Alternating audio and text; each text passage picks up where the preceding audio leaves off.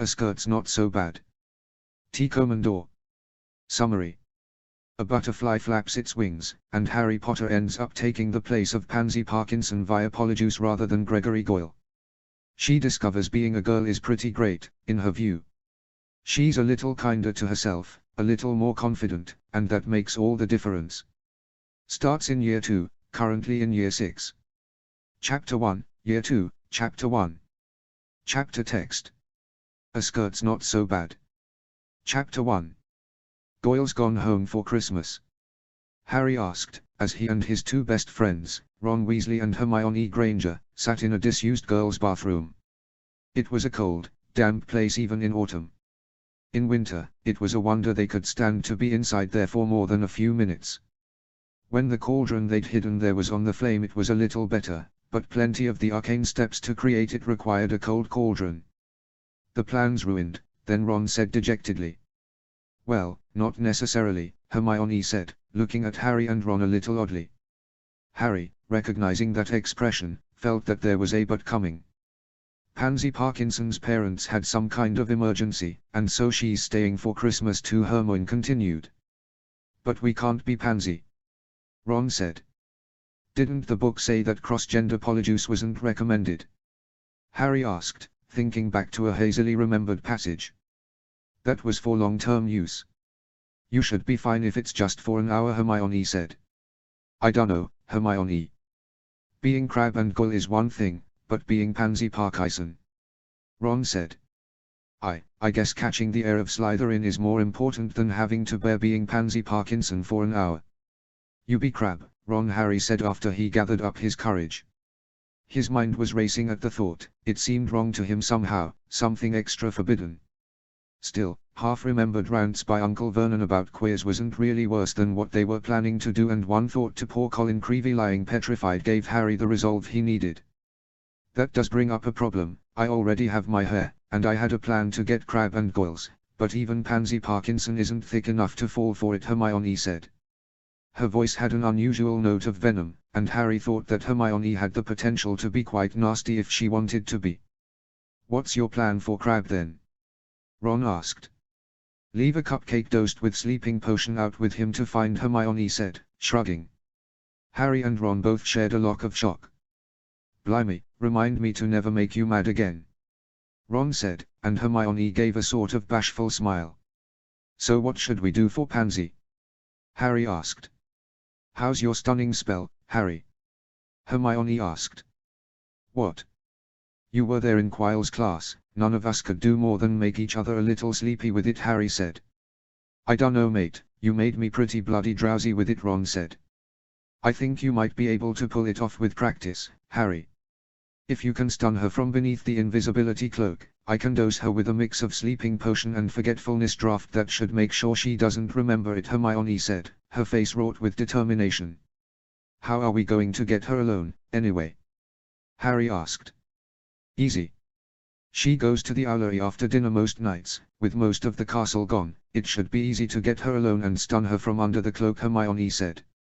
Harry nodded but again thought that making Hermione angry was probably a bad idea.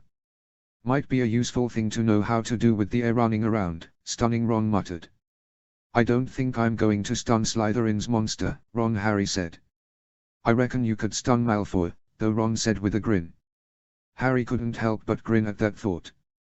It was with that pleasant idea circulating in his brain that he, Ron, and Hermione spent several hours over a few days blasting cushions around disused classrooms with jets of red light. It was the sort of intensive study that Harry and Ron never did, but Harry found it surprisingly easy now that he knew he might put it to some use. It was still arduous and not that exciting, at least after the first few goes, but it felt more like looking for Nicholas Flamel had, even though it would actually come up on his owl. I still don't get why it's a stunning spell and not a jinx or something, Ron said one winter afternoon. His stunning spell wasn't quite as good as Hermione or Harry's, both of them could stun each other fairly reliably now. That's actually a good point, Ron, Hermione said, sounding a little shocked. No need to sound so surprised, he said, but he smiled at the praise all the same. Say, how'd you get your hair, Hermione? Ron asked. Remember when Bulstrode put me in a headlock at the dueling club? She left some on my robes, Hermione explained. Are you sure it's hers? I mean, doesn't she have a cat you could end up meowing for an hour? Ron asked. It's not a cat, Hermione said, a little defensively. I wouldn't risk it if I were you. The pictures in that book were pretty horrific, Ron said, shaking his head. Oh fine. She always falls asleep trying to study in the library, I'll get one from her there, Hermione said. / Crabbe looked mournful as he roamed the corridors alone after the Christmas feast. Without Goyle, he seemed almost lost to a daze as he nibbled on desserts cradled in his arms. He bent over to pick up the cupcake, and with a single sad sigh, bit into it. He landed on the ground with a soft thud, completely asleep. Ron ran out from around the corner, looking slightly amazed that Hermione's plan had worked. He bent down, picked off a hair, and dragged Crabbe into a cupboard. I feel almost bad about this now, Ron said, sighing as he closed the cupboard door. The poor boy seemed totally lost without his partner in thuggery. Meanwhile, Harry and Hermione waited just down from the owlery under the invisibility cloak. Pansy had already gone up and sent her letter, and now all that remained was for them to enact their plan. Which, in Harry's estimation, was quite possibly the most reckless thing Hermione had ever suggested. Lacking any better plan, however, he got ready to cast beneath the cloak.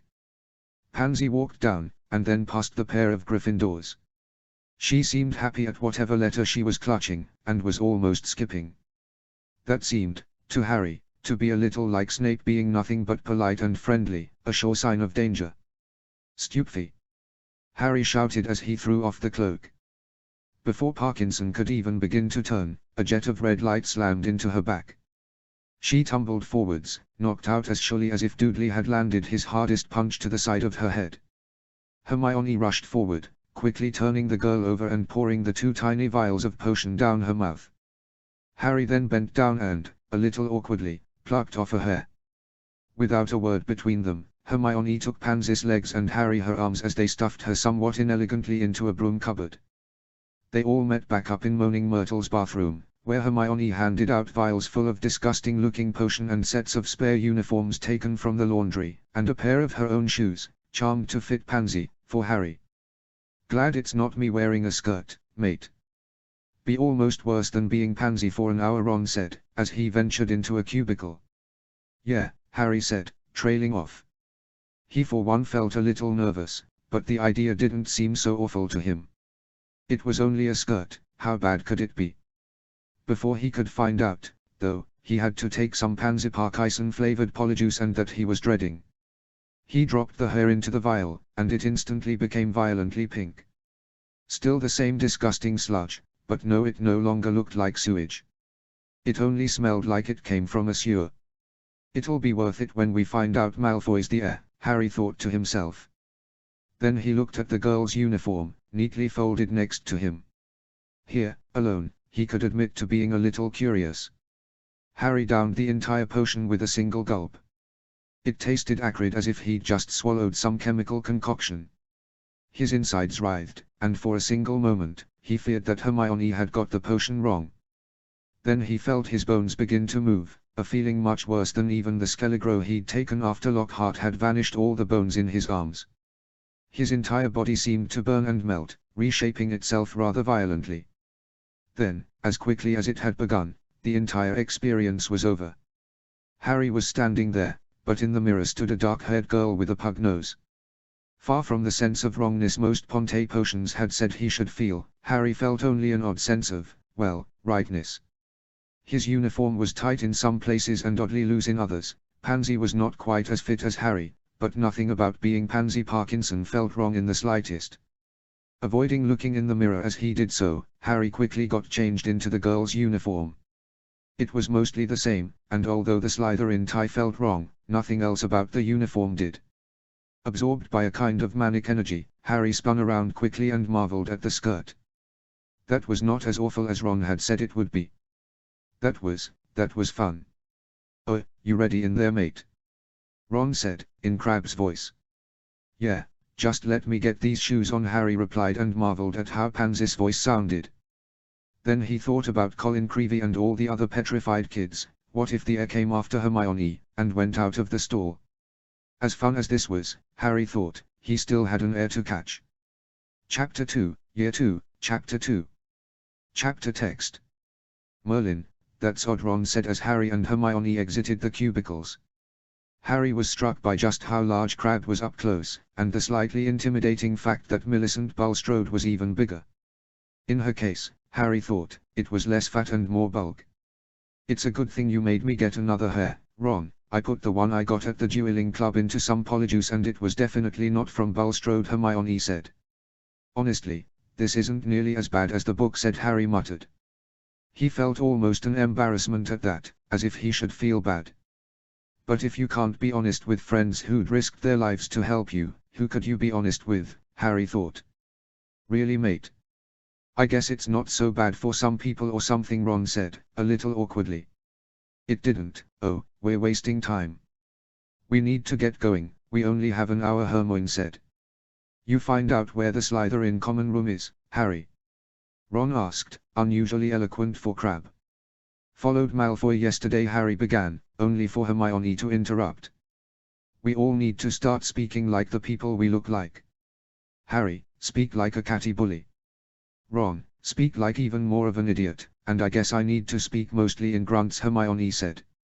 Ron gave a half-hearted objection to even more of an idiot, but being told he was right about Hermione's hair took the sting out of it. Now if you two will stop fighting and follow me, Harry said as he turned and walked out of the bathroom, only barely holding in a giggle.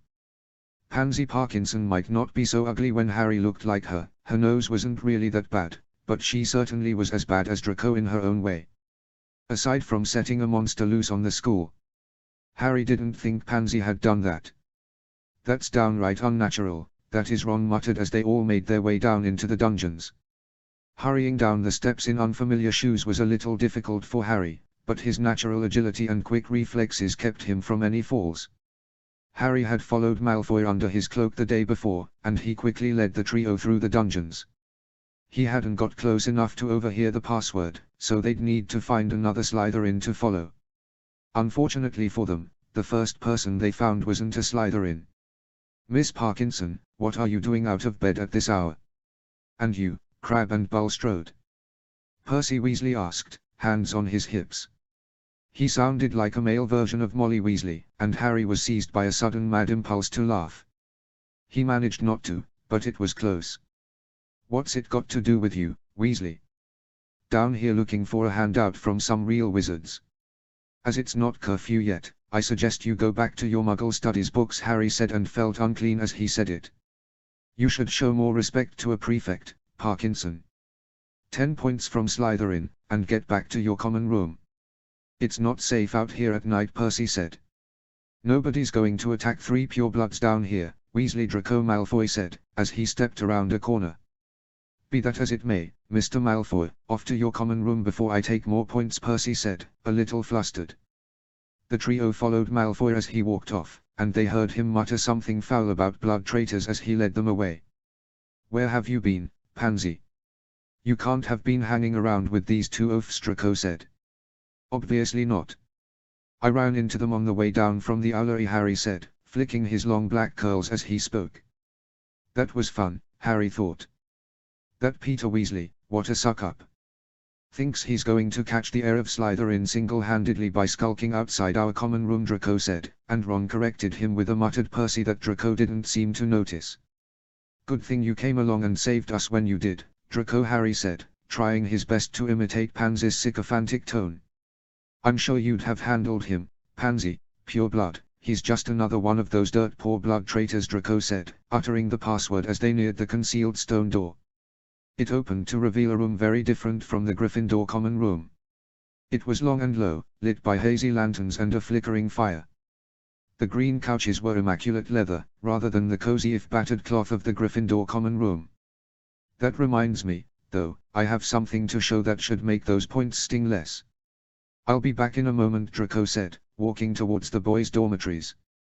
The trio sat down a little awkwardly, making sure to not be too close together. Harry's eyes widened as he saw the titles on some of the books left lying around, 1001 Curses, Jinxes and Hexes and Love Potions for the Beginning, which were some of the milder ones. Harry made sure he sat properly. he was sure Pansy wouldn't sit like he normally did. His skirt was still a little odd, but he had to keep from smiling too much, even though he had to pretend to be an awful person. Being Pansy was surprisingly fun. Well, Harry thought, apart from having to talk to Draco Malfoy. Here it is, isn't it hilarious? Draco asked, holding out a Daily Prophet clipping. It was a story about Mr. Weasley being fined 50 galleons for enchanting a car, and Harry felt guilt run through him at the story. Hermione thankfully remembered to laugh, and Harry was quick enough to try his best impression of Pansy's high, mocking laugh. That's hilarious, Draco. Best news I've seen all week, Harry said, hoping his fake smile matched the one Pansy usually wore. I've got some that's even better, Draco said as he leaned in. Harry found his obvious attempts to impress Pansy funny enough that not laughing was his biggest struggle. My father says that not only are the attacks going to be reported soon but that they are going to get worse, and then Dumbledore will get fired. Just think about, no Dumbledore, no Mudbloods, and certainly no Weasleys. It would be nice. Sounds like your father knows a lot about what's going on, Harry said, trying to flatter Draco Malfoy, and not even the fun of being Pansy could make up for that. Maybe, but he doesn't tell me much, Draco said. Are you sure? You must know something, Harry said. Really, he thought, this was way too easy. Pretending to be Pansy was a way better plan than pretending to be Goyle. I've told you everything I know, Pansy. I wish I knew who the heir was, I'd help them. But father just says to keep my head down and let the heir. Hopefully, he gets the Granger Mudblood next. Merlin, I hope she's the one who dies. Draco said, and Hermione gripped the chair she was sitting in a little too hard. What's with the reaction, Bulstrode? Got a crush on the little beaver face Mudblood, do you? Draco said with a sneer. She just wants to kill Granger herself, more like Ron said before Hermione could speak. The one who dies? Harry asked, shocked that Malfoy wasn't the heir. Weren't you listening to me the last time, Pansy? The last time the chamber was opened, 50 years ago, a Mudblood died. My father wouldn't say who did it, but he did tell me something interesting. The heir managed to frame that oath, Hagrid, and never got caught. Maybe he's going to make Potter take the blame this time. Wouldn't it be grand to see Saint Potter, friend to the Mudbloods, get carted off to Azkaban? Draco asked. Azkaban? Harry asked dimly. The wizard prison. Are you feeling all right, Pansy? Draco asked. I think I've got a bit of a headache, Harry lied. Not surprising after dealing with that Weasley blood traitor. Merlin, those types are almost worse than Mudbloods. Did I tell you the Ministry raided our manor last week? If they'd have found Father's real collection we might have been in trouble, but of course, they didn't know about the Malfoy's own secret chamber, right under our drawing room, Draco said with a grin. I think you did. My headache's getting worse. I think I'm going to go to the hospital wing, Harry said. They'd gotten what they needed from Draco, even if it wasn't what they wanted. It was time to leave because Harry did not want Draco Malfoy to see him wearing a girl's uniform in the middle of the Slytherin common room. In fact, Harry was fairly certain he'd had that nightmare once or twice. I'll go with her. Go laugh at the Mudbloods, Hermione said, as Ron grunted. Draco laughed a little, and the trio made a hasty retreat from the Slytherin corridor. Well, maybe we didn't learn who the heir was, but I'm gonna tell my dad right away about that secret chamber, Ron said with a grin. At least we learned something about the chamber, but I have no idea who the heir could be. Hermione said. Harry, now that they were out of sight of any Slytherins, did a little spin. Yes, he thought, that was still as fun even after having had to pretend to be Pansy Parkinson. Even her voice was still fun. Were there charms that could let him speak like this more often, he thought. Maybe not exactly like Pansy, but still. You all right, mate? Ron asked. Yeah, Harry said, a little shyly. Not exactly a truly horrific experience like that book promised, being a bird then. It's pretty fun, apart from having to pretend to be Pansy, Harry said, grinning a little. Hermione's eyes narrowed like she usually did when thinking about something. It looked quite bizarre on Bulstrode's face. I think I need to tell my parents about something, Hermione said as the trio made their way back to the disused girls' bathroom. Chapter 3, Year 2, Chapter 3. Chapter text. Harry felt himself change back in the little cubicle, his body twisting and melting. He was himself again, and he felt awful. It felt wrong, he realized. That slight itch, that old pain that he had no words for, taking the polyjuice had made it go away for a few moments, but it returned far worse. He hadn't known what was wrong before, what to long for. Now he had it given to him for an hour and snatched it away. He sat there on the grimy floor, still in the uniform Hermione had borrowed for him, and Harry felt himself cry. Tears flowed down his face, and he hugged his knees. He could no longer ignore it, no longer brush it under happy memories of Hogwarts and the Burrow. It was Christmas Day at Hogwarts, and it all felt like ash to Harry. The door remained closed, and Harry wanted it to never open. He wanted to stay here, where he at least wouldn't have to change out of the uniform. It didn't fit him particularly well, being sized for Pansy, but the overlarge uniform was the most comfortable piece of clothing he'd ever worn. Are you okay in there, Harry?" Hermione asked, quietly. "Mate, you having trouble in there?" Ron asked a little later, but Harry couldn't respond.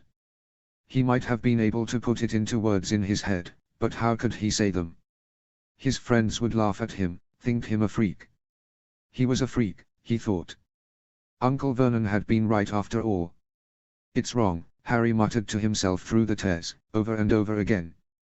He had never felt like this before, never felt such a wall of emotions slam into him as though they had physical force. It felt like he couldn't move, and he slumped against the wood of the stall. All the happiness and excitement he'd felt over the polyjuice had been drained from him and seemingly returned tenfold. "Harry!" Ron and Hermione said, as the door to the stall swung slowly open. He was still wearing the girl's uniform, and Harry felt a sudden bolt of shame. "What's wrong, Harry?" Hermione asked, nothing in her voice but concern. "Did you have a bad reaction to the potion, mate?" "Percy's always going on about bad cauldrons," Ron said, not even registering the uniform. I want to go back," Harry said, very quietly. He still couldn't look at his friends, his face flushed with shame. "What do you mean, go back?" Ron asked, confused. "Did you leave something behind there, Harry?" I don't think Harry left anything behind," Hermione said slowly, without her usual confidence. "Well, I dunno what's going, mate, I can't read minds, you know." "But you two stay right there, I need to go get something from Fred and George," Ron said, taking one last concerned look at Harry before dashing off. "Up you get," Hermione said, pulling Harry to his feet and leading him over to the disused chairs that they'd set up inside the bathroom. He slumped into one, bonelessly. Was it about not having to be Harry Potter anymore? Hermione asked. Harry shook his head. "We just want to help, you know, both Ron and I." "What's making you so upset at changing back?" Hermione asked. It was Harry began, and then paused. How could he answer truthfully, how could he admit something so shameful? It scared him to his core, the idea of losing his friends. Perhaps an ordinary 12-year-old might have given up then, spun an unconvincing lie. Even an extraordinary one couldn't be faulted for not saying it. But the Sorting Hat hadn't made a mistake when it said Harry had courage, and Harry had shown courage more extraordinary than most adult wizards the previous year. It was about not being a girl anymore, Harry finished very quietly, yet it seemed like his words were deafeningly loud in the quiet of an almost empty Hogwarts. "Oh," Hermione said very quietly. "I didn't, the potion didn't," she asked. I don't think so. I think I was always like this. Always hurt, but I didn't say anything because I learned to live with it. Then I didn't, just for an hour, and I was so happy," Harry said. Harry toyed with the skirt, wanting to do anything but look at Hermione. She would think he was a freak, he was sure. She'd leave, find some excuse to run away. The book said that spending any real length of time polyjuiced as the opposite gender would be horrific. "It's been like that for years for you, hasn't it?" Hermione said, very quietly. The puzzle had been solved now, all her confusion gone. Harry nodded, and Hermione hugged her. "I can't imagine what that must be like, Harry. I don't know how to make it better, but I'm going to try, no matter what. You and Ron were my first friends, you know. Nobody before you two would have cared to look for me with a troll on the loose. That night was the first time I'd ever stayed up late talking to a friend. I can tell it was the same with you when you made friends with Ron, Hermione said, letting go of her hug. My relatives, my cousin made sure I didn't have any friends growing up, Harry said haltingly. He felt like Uncle Vernon would burst in screaming at any moment. I don't know why Ron sticks around with us, sometimes, Harry said. She'd never had the large family, the ease of making friendships that Ron had. 'Cause you're both better friends than any of other kids here and bloody brilliant, that's why, Ron said, bursting into the bathroom carrying a number of dark brown bottles.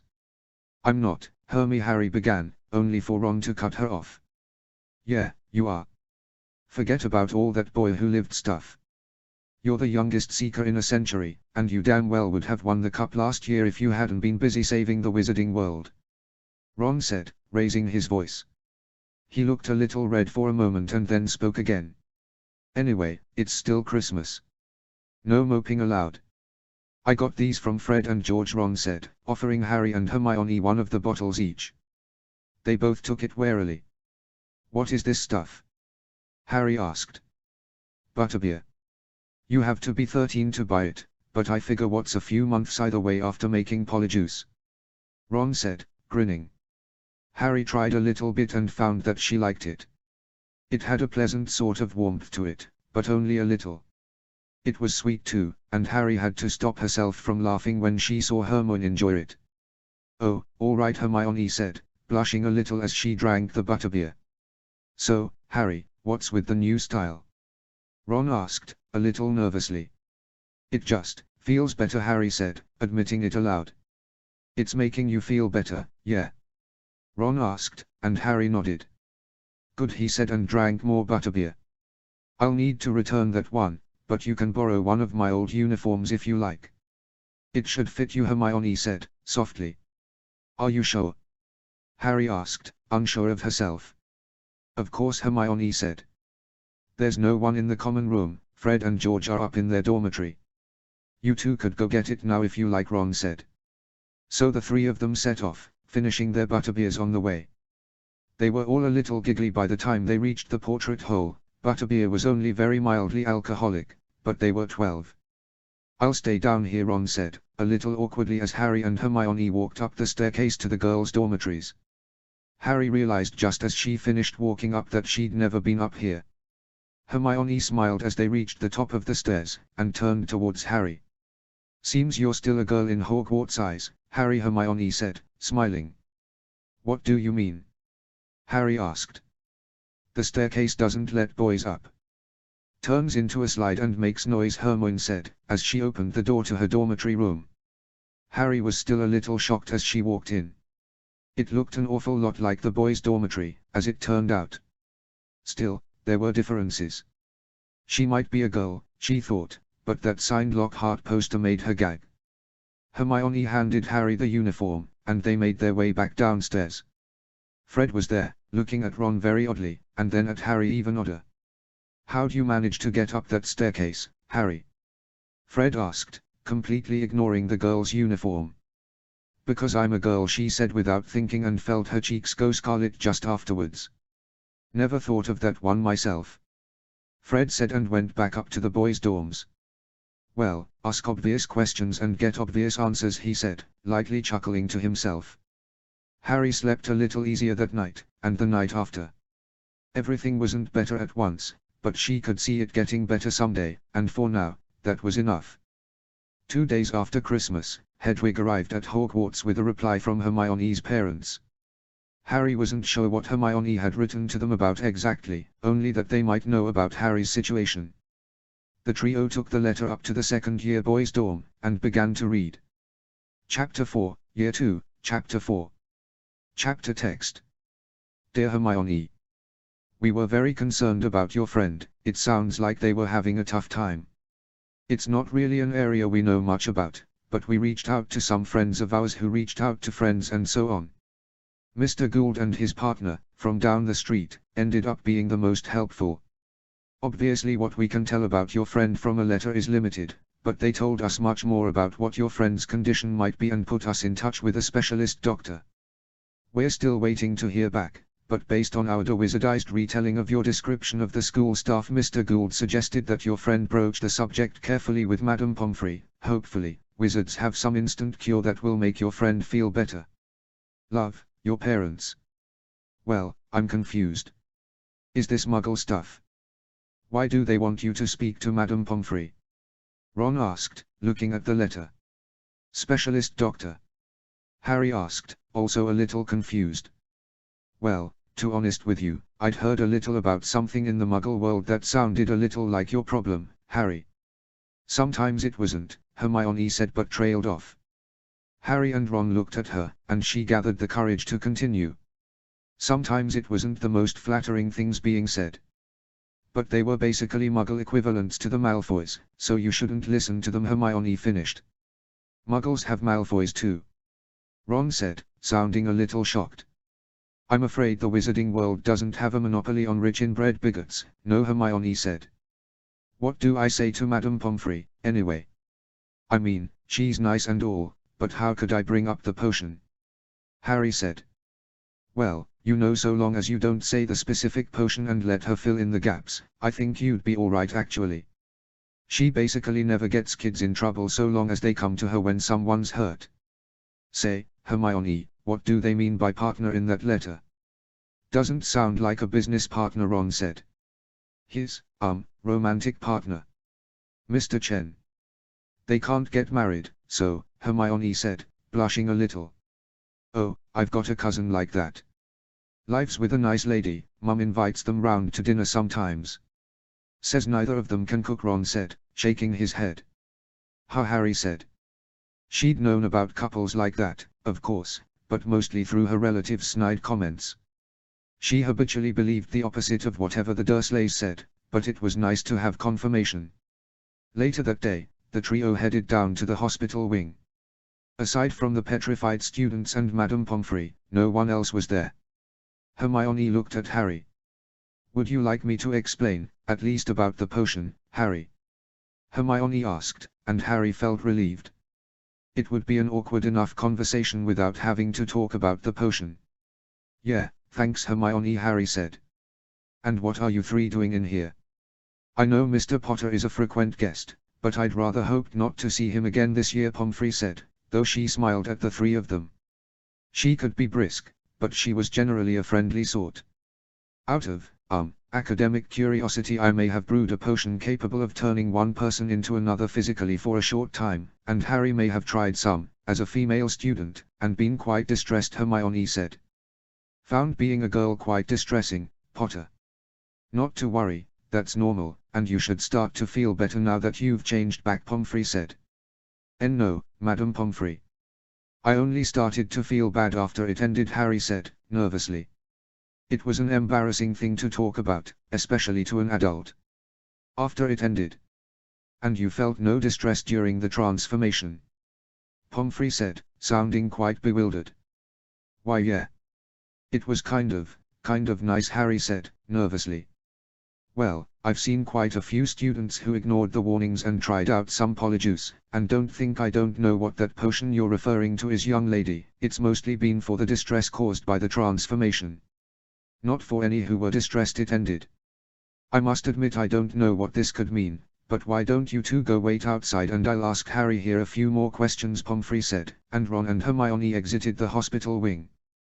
Madame Pomfrey then went on to ask Harry a few embarrassing questions about her experience with the polyjuice potion, and then took an old tome from a glass-fronted cabinet.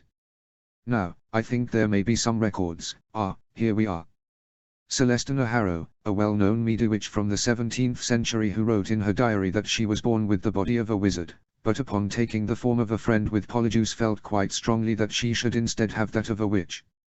Does that sound like your feelings, Potter? Harry paused for a moment. It was a big question, but she'd already come this far. It was the same sort of logic that made her press on against the defenses of the Philosopher's Stone last year, a perhaps foolhardy sort of courage. But then, Harry thought, the Sorting Hat had put her in Gryffindor for a reason. Maybe not in those words, but yeah, Harry said. Well, you're lucky I needed to look up Harrow's Mandrake draft recently. Unfortunately, whatever she did to address that feeling isn't in this volume, and she was quite the private person. Still, it's a start. Just one last question, you haven't by chance made it up the stairs of the girls' dormitories recently, have you? I did a few days ago. I didn't know about the defenses at the time, though, Harry said. An interesting bit of magic Gryffindor put into his tower. Old-fashioned chap, but he spelled it to work off of self-perception after a couple of lads took some polyjuice to beat it.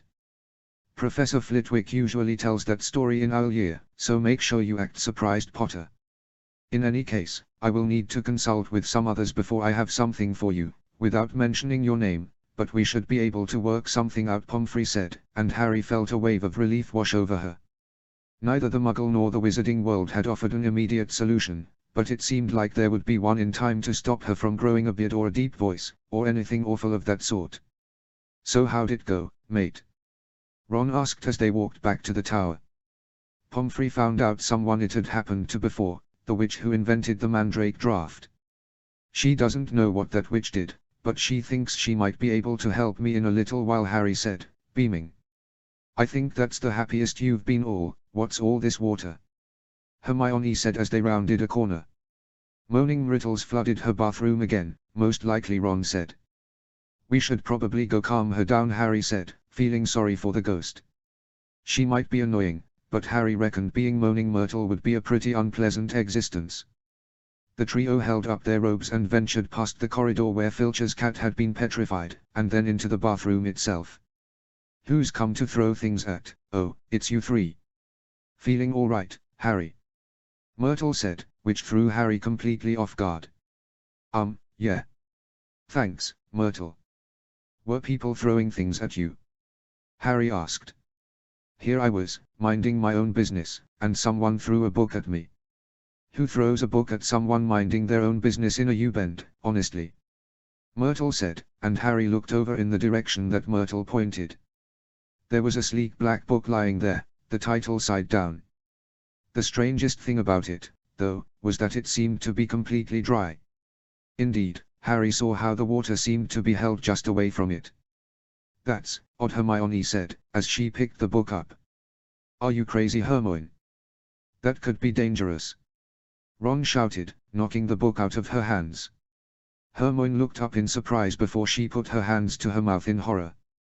Oh, how could I forget? What if it had been like Sonnets of a Sorcerer and I'd spent the rest of my life only being able to speak in limericks, Hermione said. I was more thinking about the kind that burnt your eyes out, or the Egyptian ones my brother Bill's told me about. They do all sorts of nasty stuff to you, Ron said. Well, Hermione picked it up and nothing happened to her, so that should be safe enough, Harry said, as she exclaimed the book more closely. It had landed title side up, this time. It was a diary from 50 years ago, and Harry felt her blood run cold. Ron, Hermione, look at this. It's a diary from 1942, 50 years ago. Harry said. So it's an old diary, maybe whoever owned it cursed it, Ron began, only for Hermione to interrupt him. Oh, of course. Ron, Malfoy said that the chamber was last opened 50 years ago and that the heir at the time framed Hagrid for it. I dunno, Hermione, framed Hagrid for it. I thought Malfoy was just trying to impress Pansy, Ron said. Probably, but I think he was repeating more of what his dad told him than he might have been allowed to, Harry said, and she picked the diary up. Nothing exploded. She flipped it open and saw only a name scrawled into the inside cover, Tom Marvolo Riddle. The rest of the pages were blank. Why'd someone enchant a 50-year-old diary without anything written in it, then try and chuck it down a toilet? Ron asked. I dunno, but there's something about it. I don't think it's just an empty diary, Harry said, as the three of them headed up to the common room. Chapter 5, Year 2, Chapter 5. Notes. See the end of the chapter for notes. Chapter text. I've tried everything I could think of, Hermione said as she put her revealer away. It was a magical gadget that made little sparks and revealed invisible ink, but it had found nothing on the pages of Tom Riddle's diary. None of their spells, nor even Hermione's revealer could make anything show up on the blank pages of the diary. It seems Tom Riddle had bought a diary from a shop on Vauxhall Road, enchanted it against danger, and then forgotten about it. Harry still didn't think it was a coincidence. She couldn't think of anything else to try. I bet you Riddle was just a 40s version of Percy and enchanted all his books, Harry. Have you seen the size of his trophy in the trophy room? Ron said, and Harry shook her head in surprise. He has a trophy in there? Harry asked. For special services to the school. Sounds like a right tosser, if you ask me, Ron said, and Harry felt inclined to agree with him. Hermione pursed her lips in a look of disapproval. Harry stashed the book deep in her trunk, convinced that there was something more to it, and the excitement of the Christmas holiday soon distracted her. She and her friends spent their time playing wizard's chess, getting into snowball fights with the Weasleys and only worrying a little over the heir of Slytherin. Harry's life was, without thinking Malfoy was plotting to kill her friends, nice enough that she felt little drive to investigate further. She thought back to little Colin Creevey, lying petrified, and was occasionally guilty, but nothing she tried on the diary worked, and she had no further leads. Soon enough, several weeks had passed and the holiday came to an end. Students filled the halls once more, and Harry found herself back in the hospital wing, looking rather nervously up at Madame Pomfrey. Now, Potter, the Muggle Dr. Granger's parents were able to put me in touch with, managed to give me a few ideas. While I can't give you something to make your problem better, I can give you something that will stop it from getting worse. A simple potion, taken once a week, that will prevent any progress through a male puberty. Does that sound like it would help for now? Pomfrey said, and Harry beamed. It wasn't what she really wanted, but just knowing that it wasn't going to get worse, that was enough for now. Definitely, Harry said, eagerly. Good. You should find doses on your bedside table every Sunday morning from now on. Hopefully, you won't need to take these for too long. I think I have something that would allow you to experience female puberty almost right, but I'll need to make certain it works before giving it to you. Anything further is a bit beyond my skills, I'm afraid, but you are lucky to attend a school run by a very open-minded master of transfiguration and alchemy, Pomfrey said. You didn't tell Professor Dumbledore about me, did you? Harry asked, worried. She'd die of embarrassment. I told him it was for a student, but nothing more. He, of course, knew what that Muggle word, transgender, meant without me explaining it to him. Where he finds the time, Pomfrey muttered as she got a small clear glass of cherry-red potion out. Harry drank it eagerly and was surprised to find it tasted mostly like cheap cough medicine. Thank you again for this, Madame Pomfrey, Harry said. Just doing my job, Harry dear.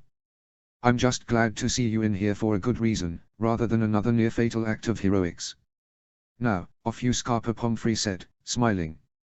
Harry eagerly left the hospital wing, to see Ron and Hermione waiting outside. Was she able to help you, Harry? Hermione asked as they walked out onto the grounds to enjoy their Sunday afternoon. She gave me a potion to stop it getting worse. Dying, are you, Potter? Draco Malfoy said in his mocking drawl. I'm better than ever, Malfoy. You'll have to find some actual talent if you want to win the cup next year, Harry said, to even Hermione's laughter. Got any letters from Daddy recently? Ron said with an evil grin. Draco went white, and he went for his wand, only for Harry to be faster. Expelliarmus, she shouted, just as Snape had done to Lockhart in the dueling club. Malfoy went stumbling backwards as Harry plucked his wand out of the air. Crabbe and Goyle moved a step or two towards the trio, but Ron and Hermione had their wands out now. Now what should I do with this? Harry wondered aloud, then an evil grin crossed her face. Fetch, Malfoy, she shouted and threw the wand as far as she could across the green. He went running after it, and all three Gryffindors were reduced to tears of laughter.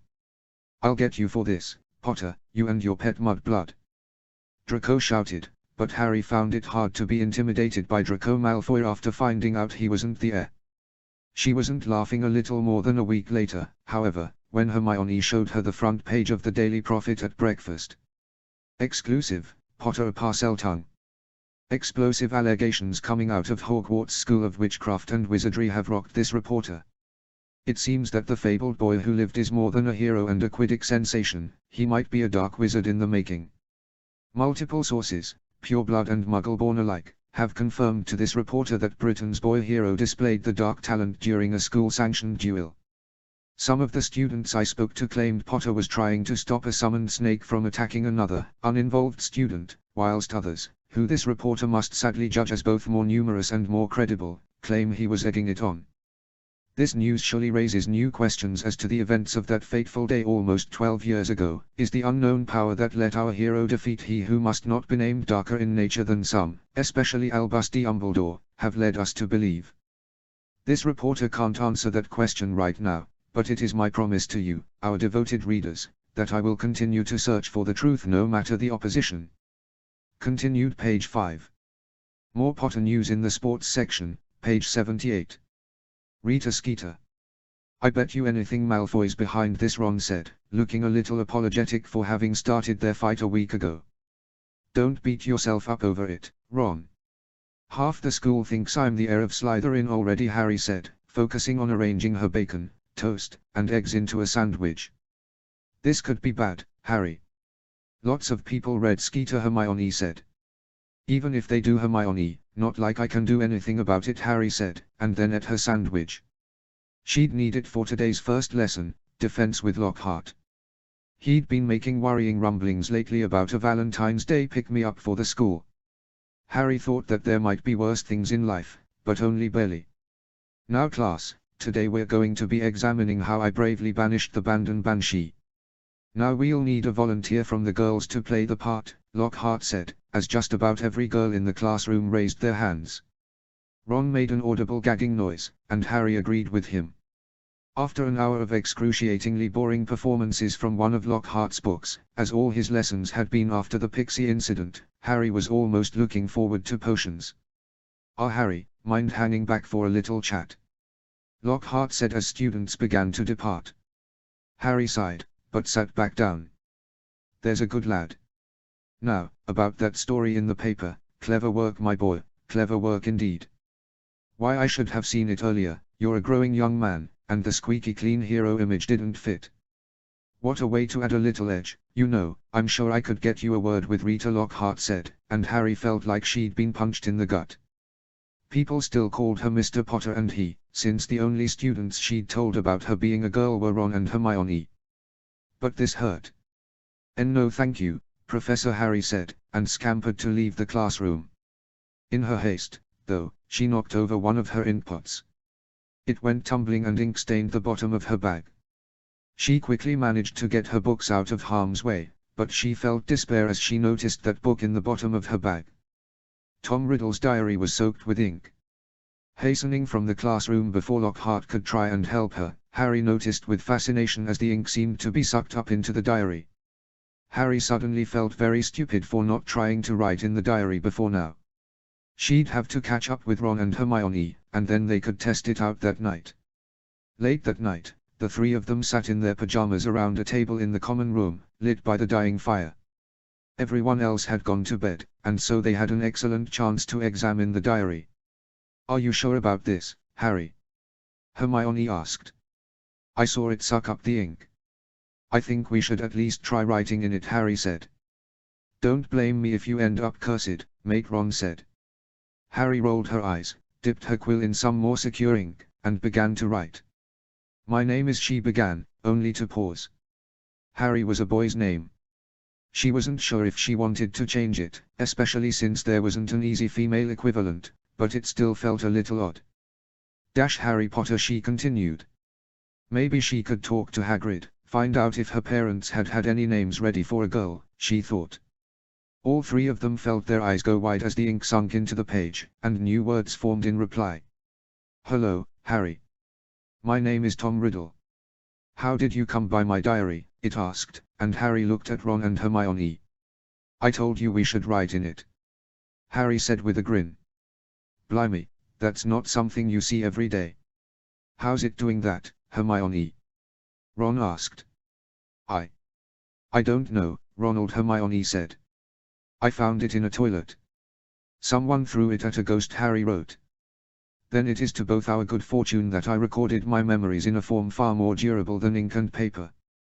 That there would be those who did not want others to hear the truth I wrote of in this diary, was something I expected. What do you mean, Tom? Harry asked. This diary was written in a dark year, For the world as a whole, of course, and yet also for Hogwarts.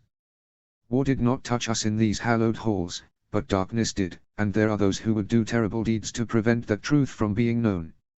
We're at Hogwarts now. My friends Hermione and Ron are with me, reading over my shoulder. We want to find out about the Chamber of Secrets. Harry wrote. The wait for the ink to sink into the page felt almost agonizing. I know all about the Chamber of Secrets, about how the true culprit was allowed to go free, and how the monster escaped justice. Can you tell us about it? Harry wrote, her handwriting messy from excitement. No. But I can show you. Riddle wrote, and Harry found herself pulled forward by some invisible force. She seemed to almost be sucked into the diary, and then there was a flash of bright light. When it faded, she found herself, Ron, and Hermione standing in an oddly grey Hogwarts corridor. Where are we? Harry wondered as she looked around, and then she noticed where she was. Dumbledore's office, but with all trace of whimsy wiped away. Gone were the whirling knickknacks, the bright spinning orbs, the phoenix. Leather-bound books in neatly ordered rows replaced them, most of them clearly never read. In Dumbledore's place sat a man she'd never seen before. No, she had seen him once before, as a portrait in Dumbledore's office. Then things began to move. She heard Riddle talk with Dippet, saw him descend down into the dungeons, and confront Hagrid.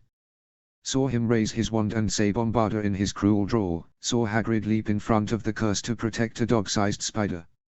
Saw Riddle try to curse the spider once more, and miss. Then, with jarring suddenness, Harry found herself and her friends back at the common room table. Harry felt cold.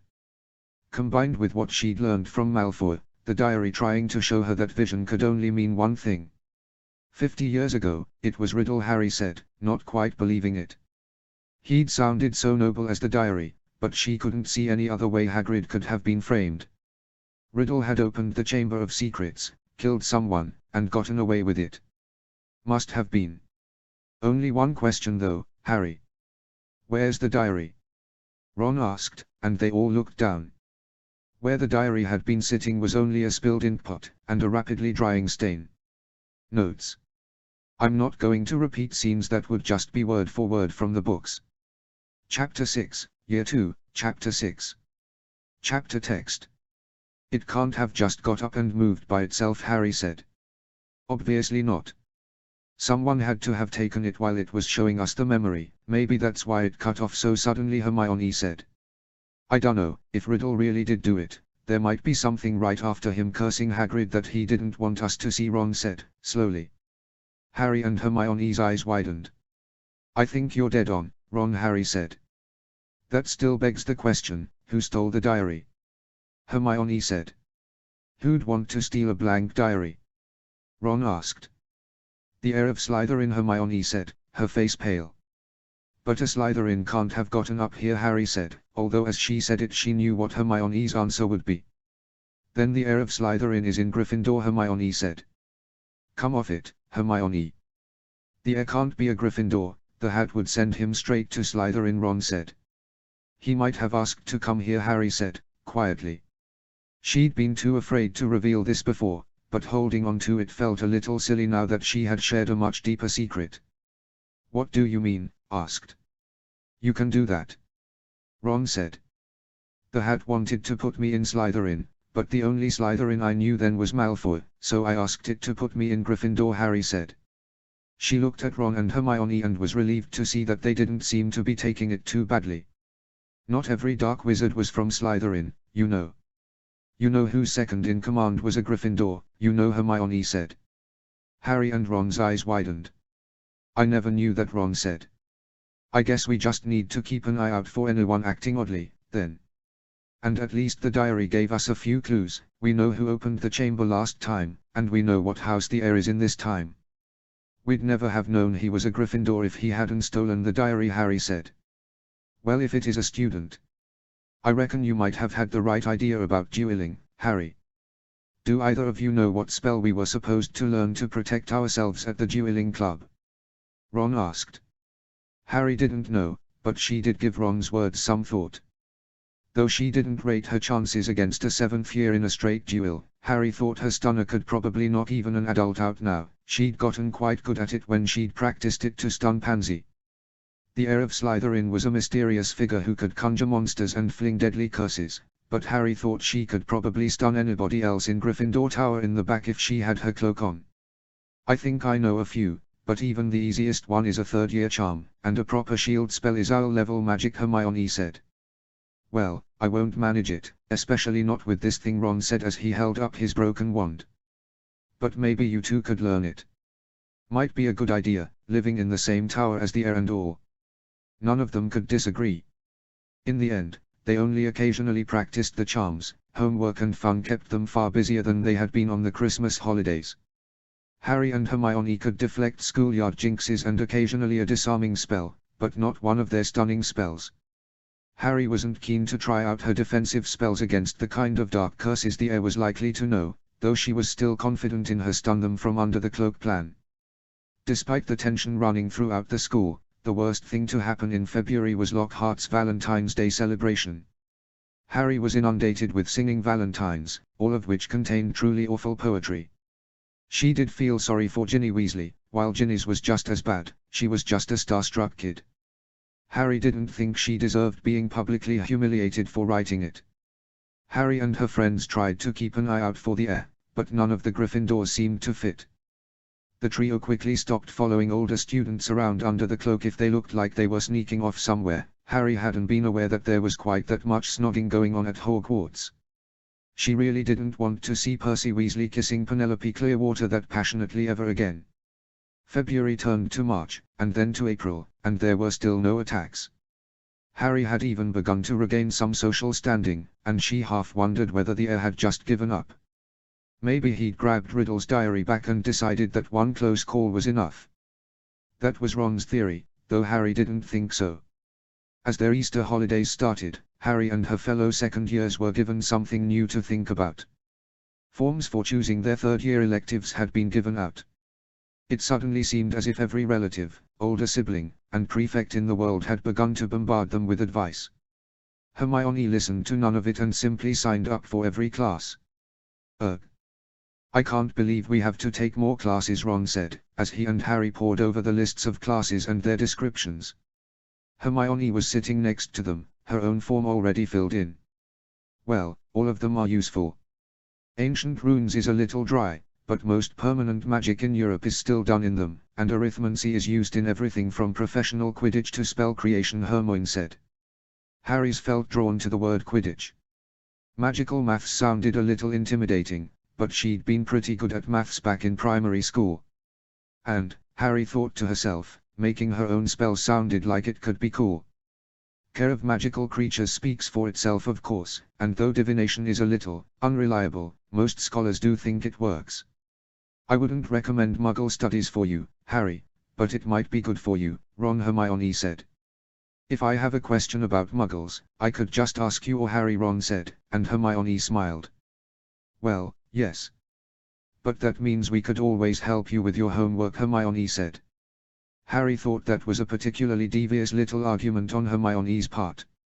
You're a genius, Hermione. Let's just put magical creatures as my second subject. What are you taking, Harry? Ron asked.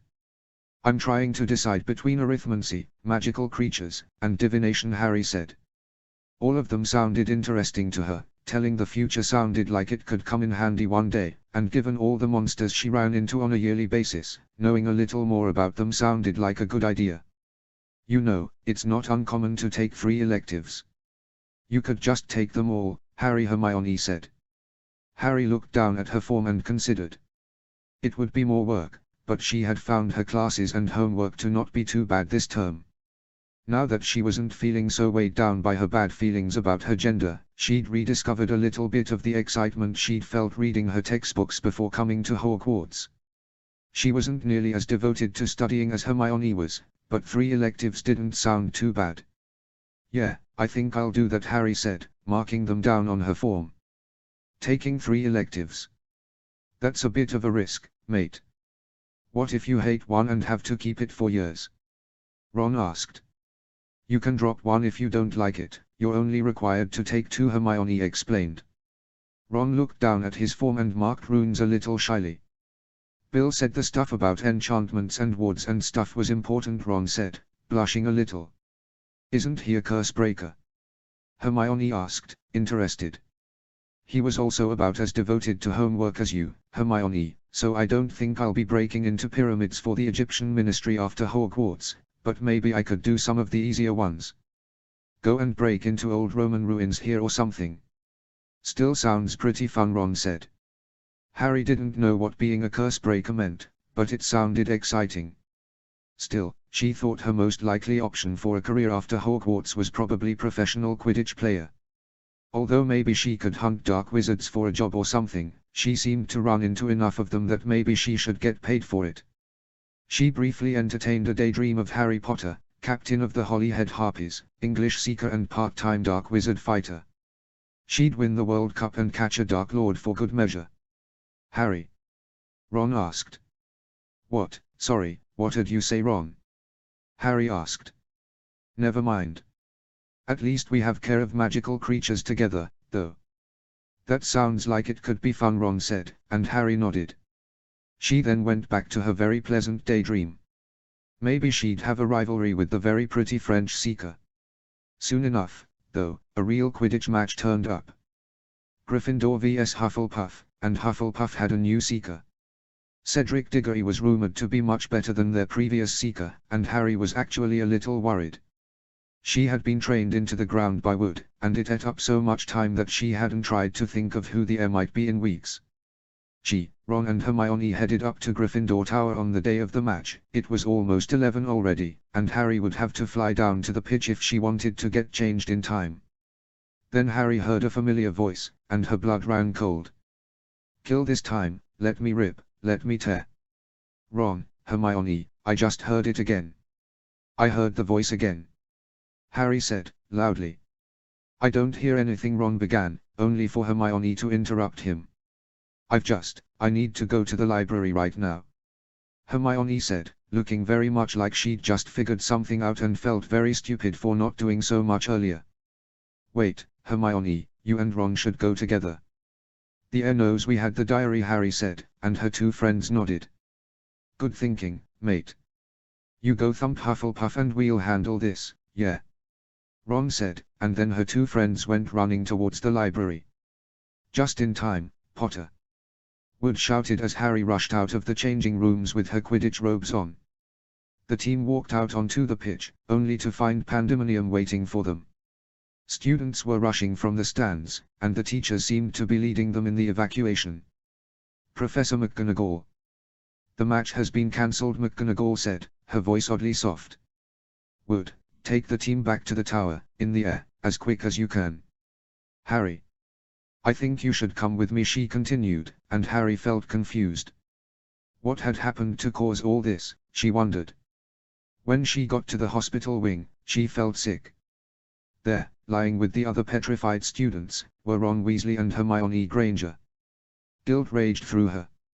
She'd sent Ron with Hermione, gotten him petrified, and she'd let Hermione go without her. She sat numbly between their beds, staring up at the ceiling. It didn't seem real. They were carrying mirrors, Potter. Do you know why? McGonagall asked, but Harry just shook her head. She couldn't understand why they'd been doing that, but something about that mystery knocked her out of her daze. Numbness was replaced by rage. Harry no longer wanted to catch the heir, she wanted to kill him. She thought back to the curse Riddle had used in the diary, how it had sent Hagrid flying and blown apart stone. She thought about the books she'd seen in the restricted section in her first year. When she found whoever had hurt Ron and Hermione, she wasn't going to use stunning spells and disarming charms. Harry wiped away her tears and stood up. She'd let herself be distracted from finding the heir for too long, and her friends had paid the price. Chapter 7, Year 2, Chapter 7. Notes. See the end of the chapter for notes. Chapter text. Harry spent that night in the restricted section, under her invisibility cloak. She had a thick, old tome open and was copying down any spells that looked like they'd be useful for killing the heir. She held her lit wand in her left hand whilst she copied spells down into a notebook she'd found in Hermione's bag with her right. She'd checked out all the non-restricted books on dueling, and the upper year Dada textbooks from previous years, she could during normal hours. Now she needed information on the sort of spells she couldn't find in a textbook. Cutting curses, bone-breaking hexes, blasting curses, and darker still. She did that, and relentlessly drilled the spells whenever she could get away, for a week. Her grades in class began to suffer from her singular focus, but she didn't care. She cast over and over again, sneaking out of the lockdown the school was under with her cloak. Some of the spells, the darker ones, she couldn't quite cast. Still, Harry blasted apart disused furniture, scorched walls with gouts of flame and more. She wanted to get the drop on the air with her cloak, but Harry knew that might not happen. She'd started to work on her shield charm, one of the few new spells she could openly practice, when an owl from Madame Pomfrey arrived. Harry felt joy for the first time in a week, and then she felt guilt run through her. Ron and Hermione were petrified because she'd focused on snowball fights and wizard's chess instead of catching the air. She couldn't let anything distract her from her mission, but then, having to pretend to be a boy still hurt. It was slowing her down, a constant pain in her heart that stopped her from pushing hard enough. She knew she was justifying going to herself. Harry knew that she wanted, more than anything, to go. Ron and Hermione would be really mad at me for not going, Harry thought. They'd be mad at her for a lot of things she was doing lately. Harry walked into the hospital wing that night with bags under her eyes and a heavy heart. Visitors were no longer allowed, so Madame Pomfrey was the only one in the hospital wing. Harry noticed that the door to her office was closed though, and the blinds were down. "I know it hurts, Miss Potter, but I'll have your friends back up soon," Pomfrey said, as she saw Harry walk in. Being called Miss Potter felt good enough that, even now, Harry could smile. No one had ever called her that before, though Ron and Hermione used she and her to refer to Harry when they were alone. "Now, as to helping you. I've managed to perfect the potion I talked about, the one that would give you a female puberty. It's similar to the one you currently take, but much more effective. You will only need 1 dose a month. Now, you will need a dose a month until a better solution could be found, and it will have some irreversible effects. I'd like you to read this list thoroughly, and tell me if you still want it afterwards," Pomfrey said. "Okay, Madame Pomfrey," Harry said, and started to read the list. She immediately began to blush. Some of the effects were not the sort of thing she wanted to read about with a matronly adult watching her. She read the whole thing through, paused for a moment, and then nodded. I would like to take it, Madame Pomfrey," Harry said. "I thought you would, but best to shore for something like this. A dose will be waiting for you at the usual time. Now, I should caution you that this potion will only work at the speed of normal puberty, so it will take some time for you to feel any effects. That's also why I wanted to address another way to help you, if you feel up to it," Pomfrey said. What way would that be?" Harry asked. "Well, you're going to have to at some point, but I'd like you to consider starting to wear the girls' uniform, perhaps more feminine casual clothes, and move to the girls' dorms," Pomfrey said. Harry felt a surge of contrasting emotions rush through her: shame, fear, joy. Would that be allowed?" Harry asked. "It would, but you'd need to speak to your head of house and the headmaster. Do you feel ready for that?" Pomfrey asked, her usual brusque bedside manner gone. Her voice was gentle, but not condescending. Harry didn't feel talked down to by the meaty witch, just comforted. If I can start doing that, then yeah," Harry said, gathering her courage. It was hard to be brave all the time, to not give in to fear of the air. She was getting tired, but she had to press on. She couldn't back down now. Pomfrey nodded and opened the door to her office. Professors Dumbledore and McGonagall were sitting on comfy armchairs inside. 2 more sat empty. "Do come in and join us, Miss Potter. Would you care for some tea? Hot chocolate, maybe?" Dumbledore asked. Harry felt a little shocked at Dumbledore's expression of only mild surprise. She'd have thought for sure he'd have either been shocked or have already known. Tea please," Harry said, and sat down in one of the armchairs.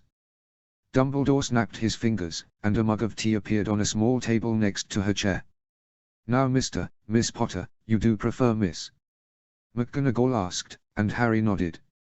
"Miss Potter, Madame Pomfrey has told me about your condition without mentioning your name. She has asked me to allow you to move to the girls' dormitories and to wear a more appropriate uniform. She's also told me the stairs let you up. Yes, Professor Harry said, feeling a little sheepish. Well, far be it from to disagree with the magic of Hogwarts. Still, you are ready for others to not be so understanding? McGonagall asked. Half the school's just stopped believing I'm the heir of Slytherin. I can deal with them, Professor Harry said. Well, I must admit I wasn't expecting to see you here, Miss Potter. No, I don't think any of us can doubt your courage. I assume you don't have said uniform or clothes? McGonagall asked.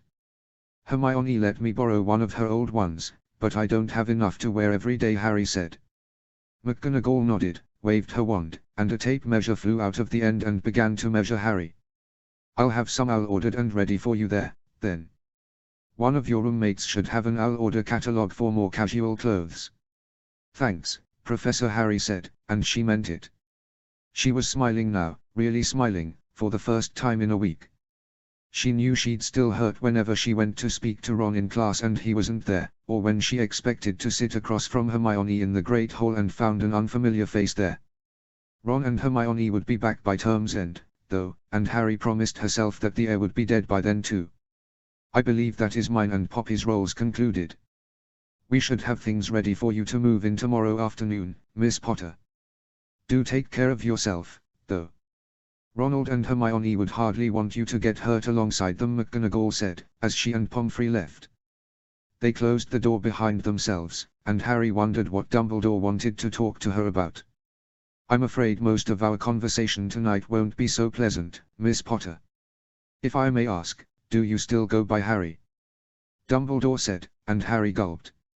F for now, Professor Harry said. Very well, Harry. There are two things I must discuss with you, and I have limited time in which to do so.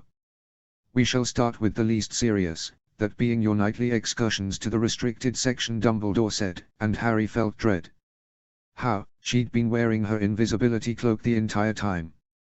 The knowledge there is kept secure for a reason, and unlike previous headmasters, I have made certain even students most talented at subterfuge like yourself cannot simply wander in. Also, my dear, the house elves have been complaining about you smashing up their spare furniture. I'm sorry about the furniture, Professor Harry said, sure she was going to be expelled. Panic gripped her at that thought. Would she lose her potions? I understand why you wish to hurt the heir of Slytherin, Harry. Wanting to stop him, hurt him even, is understandable. Some of the books you have read do concern me greatly. I was relieved, then, to see what spells you chose to practice. You have not turned to the dark arts, not truly. I wish I could shield you from this, give you a normal childhood. But to ignore what has happened these last 2 years would be folly. If you swear to me that you will cast no spell that requires you to hate, I will happen to leave that pass to the restricted section you see on the desk behind, Dumbledore said, and Harry blinked. That was not what she'd been expecting. Some of the spells she'd read about fit Dumbledore's description, and she'd only tried a few of the lesser ones. She'd mostly failed to cast them, but some of them had worked. I swear, Professor Harry said, looking Dumbledore straight in the eye. Then please, listen to an old man's advice. I had hoped to spare your generation from this, from the horrors of bloodshed. I have killed men, Harry. Men with hopes, with dreams, and ones they loved. With mothers who cried over their broken bodies, and children who cried for fathers they never met. Most of them were men who fought for a cause as evil as Voldemort's, and yet I had wished they had not died. I wished I had not killed them, Dumbledore said, and Harry avoided his gaze. What could she say, she thought. He was right, and yet she still felt the rage inside her, the desire to see the heir suffer and die. I'll think about it, Sir Harry said. That is all I ask, Harry. You have a better heart than most, and better judgment than I had at your age. That brings us, then, to the second topic I must discuss with you. One, I must begin with an apology. I have failed you, Harry. I did not watch the Dursleys closely enough. I thought they were merely cold to you, but both Miss Hermione Granger and Mr. Ronald Weasley sent me letters before they were petrified, quite rightly calling me out for allowing you to continue staying there. Did Vernon or Petunia ever hit you? Dumbledore asked, and Harry felt shame at the mention of the Dursleys. She wanted to be angry with Hermione for interfering, but all she could feel was hope that she might not have to go back. Not my aunt and uncle. They let Dudley beat me up, though, Harry said. I see. And is it true that you had to be rescued by the Weasley boys after your relatives tried to imprison you in your room? Dumbledore asked, his voice kind. As he spoke, though, Harry's mug rattled. Yes, Professor. Does this means I don't have to go back? Harry asked, looking quite intently at the floor. If you were any other child, if Lily's sacrifice had not saved your life several times over, but no longer shall I allow you to be there alone. And I will be having words with your aunt and uncle, Dumbledore said, his voice calm and yet somehow more threatening than the loudest yell. Harry felt herself smile as she imagined that conversation. How long do I have to stay there? Harry asked. Only until the sunrise on your birthday. That will maintain your mother's protection. After that, I'm sure Molly Weasley or others will be able to see you have a far more pleasant summer holiday, but I will not force you to go back. I will provide you secure lodging with a trusted guardian if you do not wish to go back, Dumbledore said. I won't have my mother's protection without going back. Harry asked. You would not, Dumbledore said, seriously. Then I'll go back. Thank you for giving me the choice, Professor. Harry said. I learned the folly, and indeed the evil, of trying to force others to act for the greater good a long time ago, Harry. Sometimes we need reminders of even hard-earned lessons, Dumbledore said, and there was a knocking at the door. It was 3 orderly raps with something metal. Do come in, Lucius, Dumbledore said. Harry turned around in surprise as she saw Lucius Malfoy walk through the open door. What a pleasant surprise, Potter, Lucius Malfoy said, as he took a small sealed letter from his coat pocket. Well, I shall get straight to the point. This is an order of suspension, Dumbledore. After an attack on a member of the Sacred 28, well, all 12 of us thought that it was clear you could no longer ensure the safety of this school, Malfoy said, trying and failing not to grin. If the Board of Governors truly wish for my removal, then I shall certainly comply. However, you will find that I will only truly have left this school when none here are loyal to me. You will also find that help will always be given at Hogwarts to those who ask for it, Dumbledore said, looking at Harry directly. She nodded in understanding. How touching. I shall walk you to your carriage, Dumbledore, Malfoy said. Harry gave him a very rude gesture when he turned his back, pocketed the pass to the restricted section, and left the hospital wing. For the first time in a week, she fell asleep at a reasonable time. She woke to find the school abuzz with rumor. Her heart dropped as she heard that not only had Dumbledore been sacked, Hagrid had been arrested. The next afternoon, Harry got dressed in the uniform Hermione lent her and walked up the stairs to the girls' dormitories. She felt nervous, but not afraid. She found Lavender Brown, Parvati Patil, and Lily Moon all looking curiously at the new bed and furniture in their room. McGonagall was a little vague. Do you know, Harry? Lavender shouted. How did you get up here? Lily asked. Why are you wearing a girl's uniform? Parvati asked. Because I am a girl, Harry said, flushing but not looking away. What do you mean? Lavender asked, perplexed. Even though I, was born with a boy's body, it was wrong for me. It felt like, it was awful, Harry said. And the stairs let you up? Parvati asked. Yeah. I've been, talking to Madame Pomfrey about it for a while. She made a potion that made sure I wouldn't, so that I wouldn't grow up any more like a boy. Now she's made me one that means I'll grow up as a girl, Harry said, feeling like she was about to die of embarrassment. Lily began to ask. Harry nodded, flushing bright red. So you can see why I moved here, Harry said. Is that why you've been growing your hair longer? Parvati asked. Harry hadn't had her hair cut in a while, it was down to her collar, now. Yeah, Harry said, a little self-consciously. She hated how boyish she looked, even in these clothes, but comparing herself to Lavender and Parvati was even worse. Will you let us do your hair? Oh, will you try some of our makeup? Lavender asked, and Harry blinked. Yes. Harry said, and found her eyes open to something very new to her. Notes. Not everyone will be as accepting as Harry's new roommates. Chapter 8, Year 2, Chapter 8. Notes. TW, Transphobia and Use of Slurs. Chapter Text. Harry's happiness at her new roommate's acceptance was only able to dispel her sadness at the petrification of her friends for a short while. She was able to order some new clothes with their help and even bought a little bit of makeup. She wasn't sure she wanted to wear it very often, but it was fun to try out. The rest of Gryffindor Tower was fairly understanding, or at least they only laughed at her behind her back. People in her own house mostly seemed to feel sorry for her. The Slytherins, on the other hand, called her all sorts of foul things whenever a teacher was out of earshot. "Always knew you were mad, Potter, but I didn't pick you for a perv," Draco shouted mockingly across a hallway. Pansy Parkinson and her group of sycophants giggled. Harry would usually have just said something back, or perhaps given Malfoy a rude gesture and walked away, but she was short-tempered and irritable after all her late nights. "Why don't you come out from behind your bodyguards and say that again, Malfoy? Or are you too afraid that when I take your wand this time, I won't give it back?" Harry said, snarling. She had her wand out and blinked as Draco grinned. "Detention, mister, my apologies," Miss Potter Snape said, very purposefully using the wrong title. Harry knew for a fact he'd been told how to refer to her by Professor McGonagall. She hadn't heard him approach, and she relaxed her grip on her wand as he walked into view. Draco laughed, but it was tinged with nervousness as Harry walked away. She had quite a few more interactions like that as the news spread throughout the school, but most of the school were confused rather than anything else. Rita Skeeter published an article calling her confused and hurting, but not dangerous, which Harry thought was probably an improvement. At least nobody thought she was the heir of Slytherin anymore.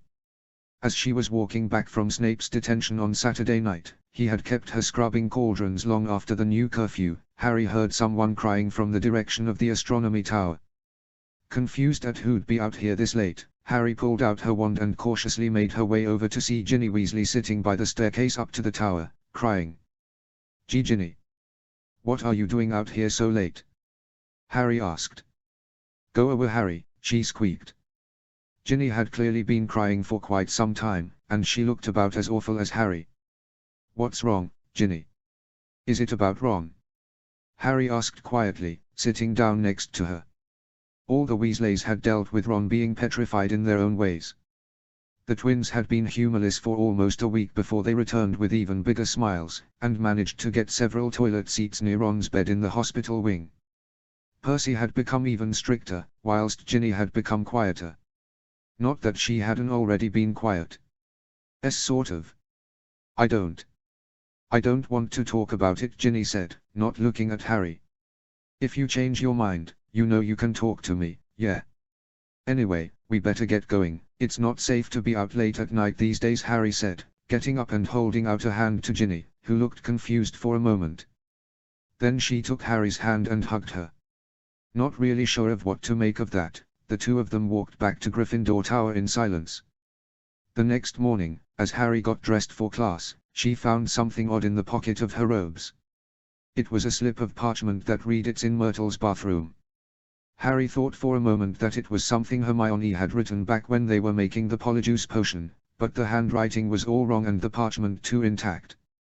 Had Ginny put it in there, she wondered. Harry resolved to find the first-year girl and ask. She couldn't find her in the tower, and so Harry thought she'd try and find her during breakfast. First, Harry decided, she'd pay Ron and Hermione a visit. It wasn't technically allowed, but Harry took her cloak everywhere with her these days. She brooded in the hospital wing for a little bit, but when she got up to go to breakfast she saw something odd. Hermione had a ripped-out page from a book scrunched up in her hand, and Harry had failed to notice it before. For Hermione to defile a book it had to be important, Harry thought. She took out the page and read. "Of the many fearsome beasts and monsters that roam our land, there is none more curious or more deadly than the basilisk, known also as the king of serpents. This snake, which may reach gigantic size and live many hundreds of years, is born from a chicken's egg, hatched beneath a toad. Its methods of killing are most wondrous, for aside from its deadly and venomous fangs, the basilisk has a murderous stare, and all who are fixed with the beam of its eye shall suffer instant death. Spiders flee before the basilisk, for it is their mortal enemy, and the basilisk flees only from the crowing of the rooster, which is fatal to it. Hermione had written and underlined one word on the torn-out page, pipes. The pieces suddenly began to fit together for Harry, and the bit of parchment Ginny had slipped into her robes began to make a sick sort of sense. A girl had died the last time the chamber had been opened. Moaning Myrtle wore clothing from the right era and glasses. Surely, Harry thought, whoever was doing the petrifying had to not be killing the students on purpose at this point. Maybe Myrtle had stumbled over Riddle and his basilisk and died for it. Her thoughts were interrupted by a booming voice, broadcast all over the castle via a spell Harry didn't know. All students to their common rooms at once. All teachers to the staff room immediately. Prefects, conduct headcounts, McGonagall's voice said, loud enough to shake Harry's bones. She, of course, did not head to her common room. Instead, she put on her cloak and sneaked the short distance to the staff room. Luck had placed Harry much closer to the staff room than any of the teachers, and so she was able to hide in a closet before any of them arrived. Harry listened with growing horror as the teachers talked about a student taken into the chamber, the closure of the school, the fact that Ginny's skeleton would lie in the chamber forever. Then the staff seemed to turn as one to Lockhart. Well, Gilderoy, until the Ministry get here you are charged with defending this castle. Weren't you saying just last week that you were sure you had located the chamber? McGonagall said. Well, And you told me last week you were sure of what was inside. Flitwick said. If I might. Weren't you complaining about not getting a crack at the monster after Hagrid was arrested? Snape said. I really. Well, Gilderoy, you have your chance. The Aurors should be here by tonight, so I imagine you'll want to get cracking, McGonagall said. Very, very well. I'll just, pop off to my office to prepare, Lockhart said. Well, that got him out of our way. Director Bones said they could have enough teams of hit wizards here to scour the castle by tonight, so we will keep the students in their dorms, McGonagall began, and Harry had an idea. If she wanted to find the heir, she'd need to do it before the Ministry, and she'd probably need some kind of distraction to sneak up on him. Lockhart would do nicely for that, she thought. Harry snuck out of the staff room after the meeting, took off her cloak, and hurried to Lockhart's office. She knocked but there was no response, so she simply unlocked the door with a spell and opened it herself. Hello, Professor. Going somewhere? She asked as she saw Lockhart's things thrown all over the office and a large suitcase open on the floor. Mr. Potter. Now, lad, why don't you go back to your Lockhart began, but Harry wasn't going to let Lockhart speak to her like that. I'm not a boy, Professor Harry said, calmly. She did, however, have her wand on Lockhart. I really don't have time to indulge you. Urgent call, got to go, you see, Lockhart said, packing as fast as he can. Abandoning your post, Professor. I always knew you were an idiot, but not that you were a coward and a fraud, Harry said. Well, nobody would have bought my books if they didn't think I'd done everything in them. Lockhart said, taking something out of his trunk. So you just made it all up, and no one noticed? Harry asked. Oh, the monsters were real. I may have jazzed the stories up a bit, but they are based on the truth. Of course, I had to remove the memories of the real heroes, all completely unmarketable. No dress sense at all, much like the annoying little faggot in a skirt standing before me, Lockhart said. You've been erasing people's memories to sell books. Harry shouted, indignant. Guilty as charged, dear boy. Which means, oblivate. Lockhart shouted as he turned around. Harry had seen it coming, however, and all her practice paid off as she moved faster than her middle-aged teacher. Protego. Harry said, and the beam of blue light that shot out of Lockhart's wand was deflected off of a shimmering shield. It hit the window and shattered it into 1,000 pieces. Well, you're obviously a talented kid, Harry, but I did get an E on my DADA-N.E.W.T, so Lockhart said. Stupefy, Harry said, but Lockhart was surprisingly fast with his shielding charm. Harry had to sidestep her own spell as it was deflected, but she didn't let up. Confringo. Harry shouted, the powerful blasting curse causing Lockhart's shield to crack ominously, but not quite break. What the devil have you been Lockhart shouted as Harry threw another curse at him. Exploso, she yelled, and the bright blue bolt of magic slammed straight through Lockhart's shield charm and sent him flying into the wall of his office. He hit it with a nasty crack, but he tried to get back up and so Harry simply stunned him.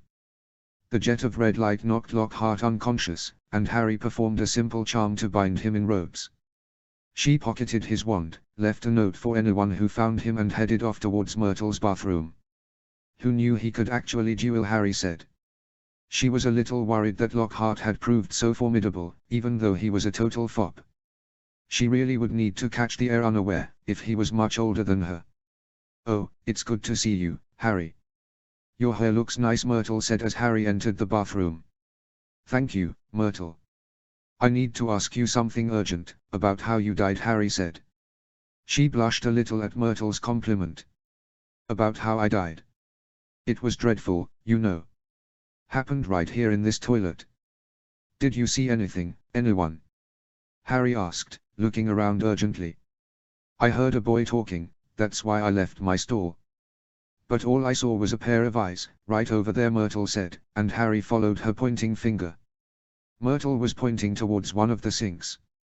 Harry looked over it thoroughly and was about to ask Myrtle if she was sure when Harry saw something on the side of one of the taps, a small snake, carved right into the copper. "Oh, that tap's never worked right," Myrtle said, but Harry didn't hear it. The snake seemed to be moving, almost, and Harry felt herself moved by something more than instinct but below conscious thought. "Open," she commanded, and the tap glowed with white light. Sinks and stone began to move, revealing a pipe large enough for even a fully grown man to fit in. Harry had found the entrance to the Chamber of Secrets. Chapter 9, Year 2, Chapter 9. Chapter Text. Harry leapt down without hesitation, sliding down the entrance to the chamber. It winded and looped, its slope gentle and robbing her of most of her speed as it exited into a dank cave. Water dripped from the ceiling onto a bed of rodent bones, and Harry took out her wand and shrugged on her cloak. The cave had clearly been shaped by magic, the rough natural stone becoming smooth and circular. Harry advanced cautiously, not daring to light her wand. She crept along in the darkness, flinching at every crunch of bone her shoes made on the floor. Then she saw it, lurking in the darkness. For a moment she thought she was dead, but then her nearly exploding heart relaxed. The shape in the murky blackness was merely a snakeskin, not the basilisk. Still, Harry thought, it was huge.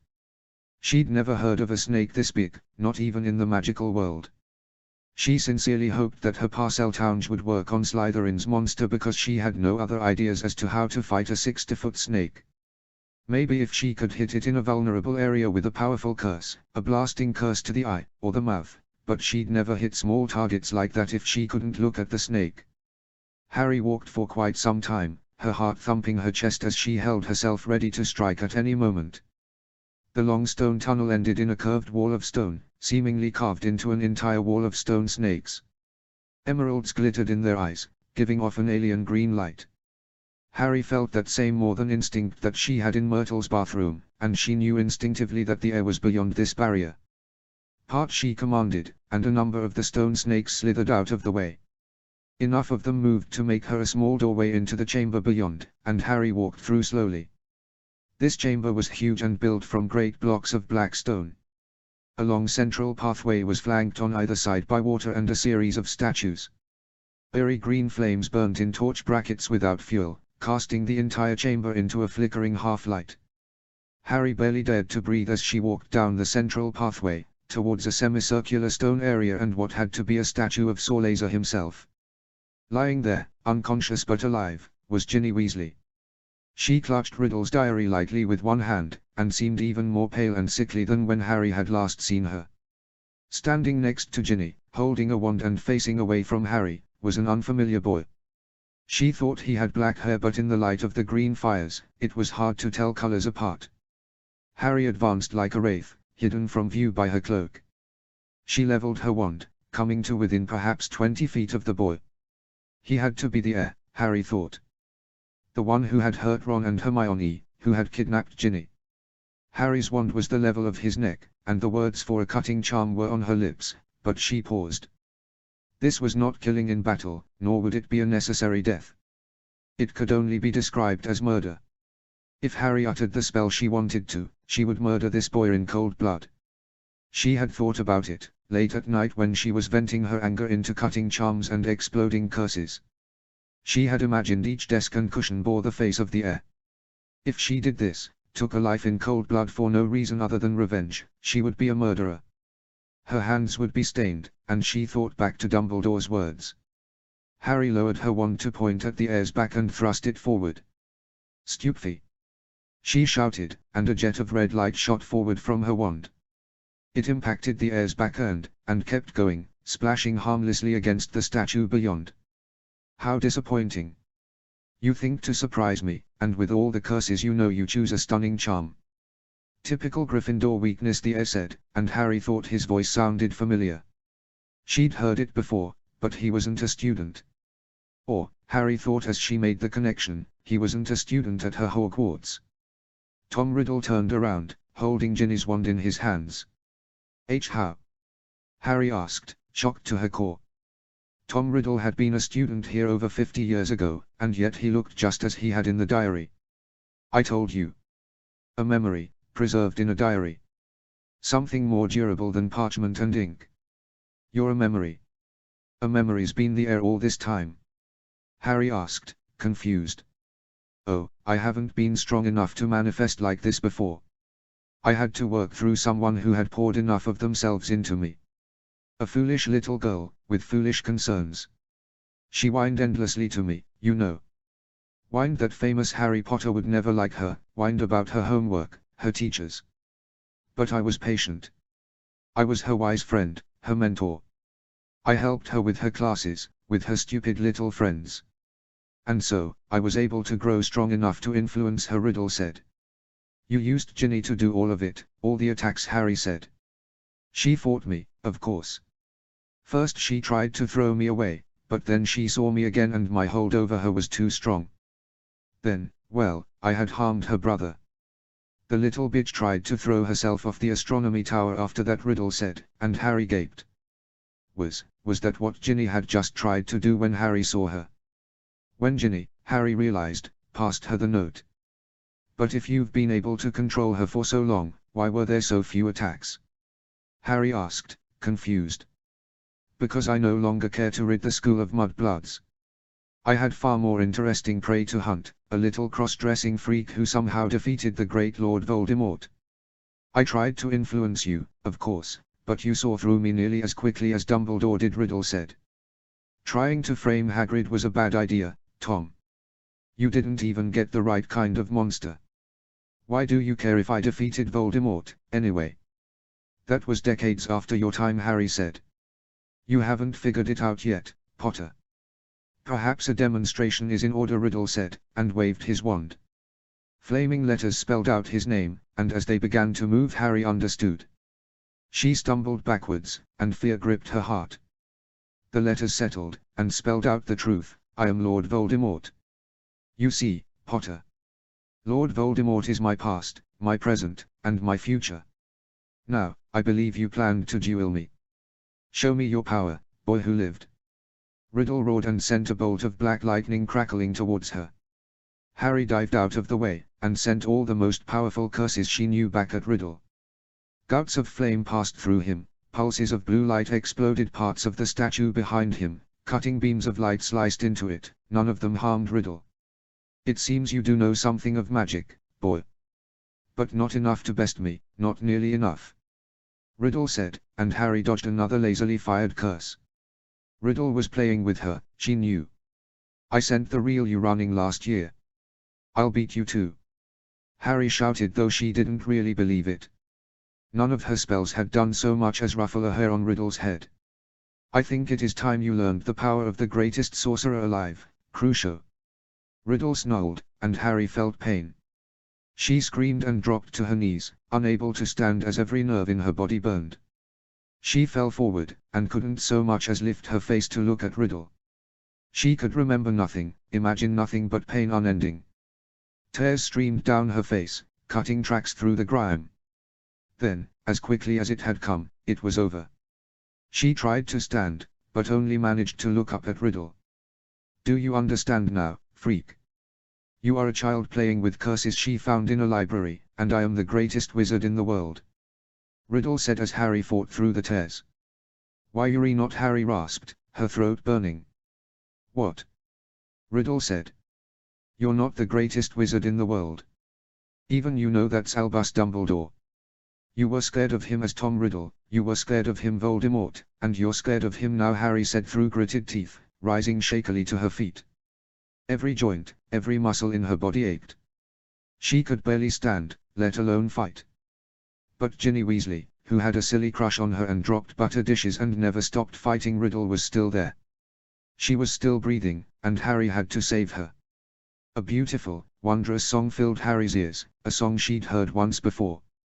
In a burst of fire, Fawkes appeared high above them, and Harry felt her pain vanish.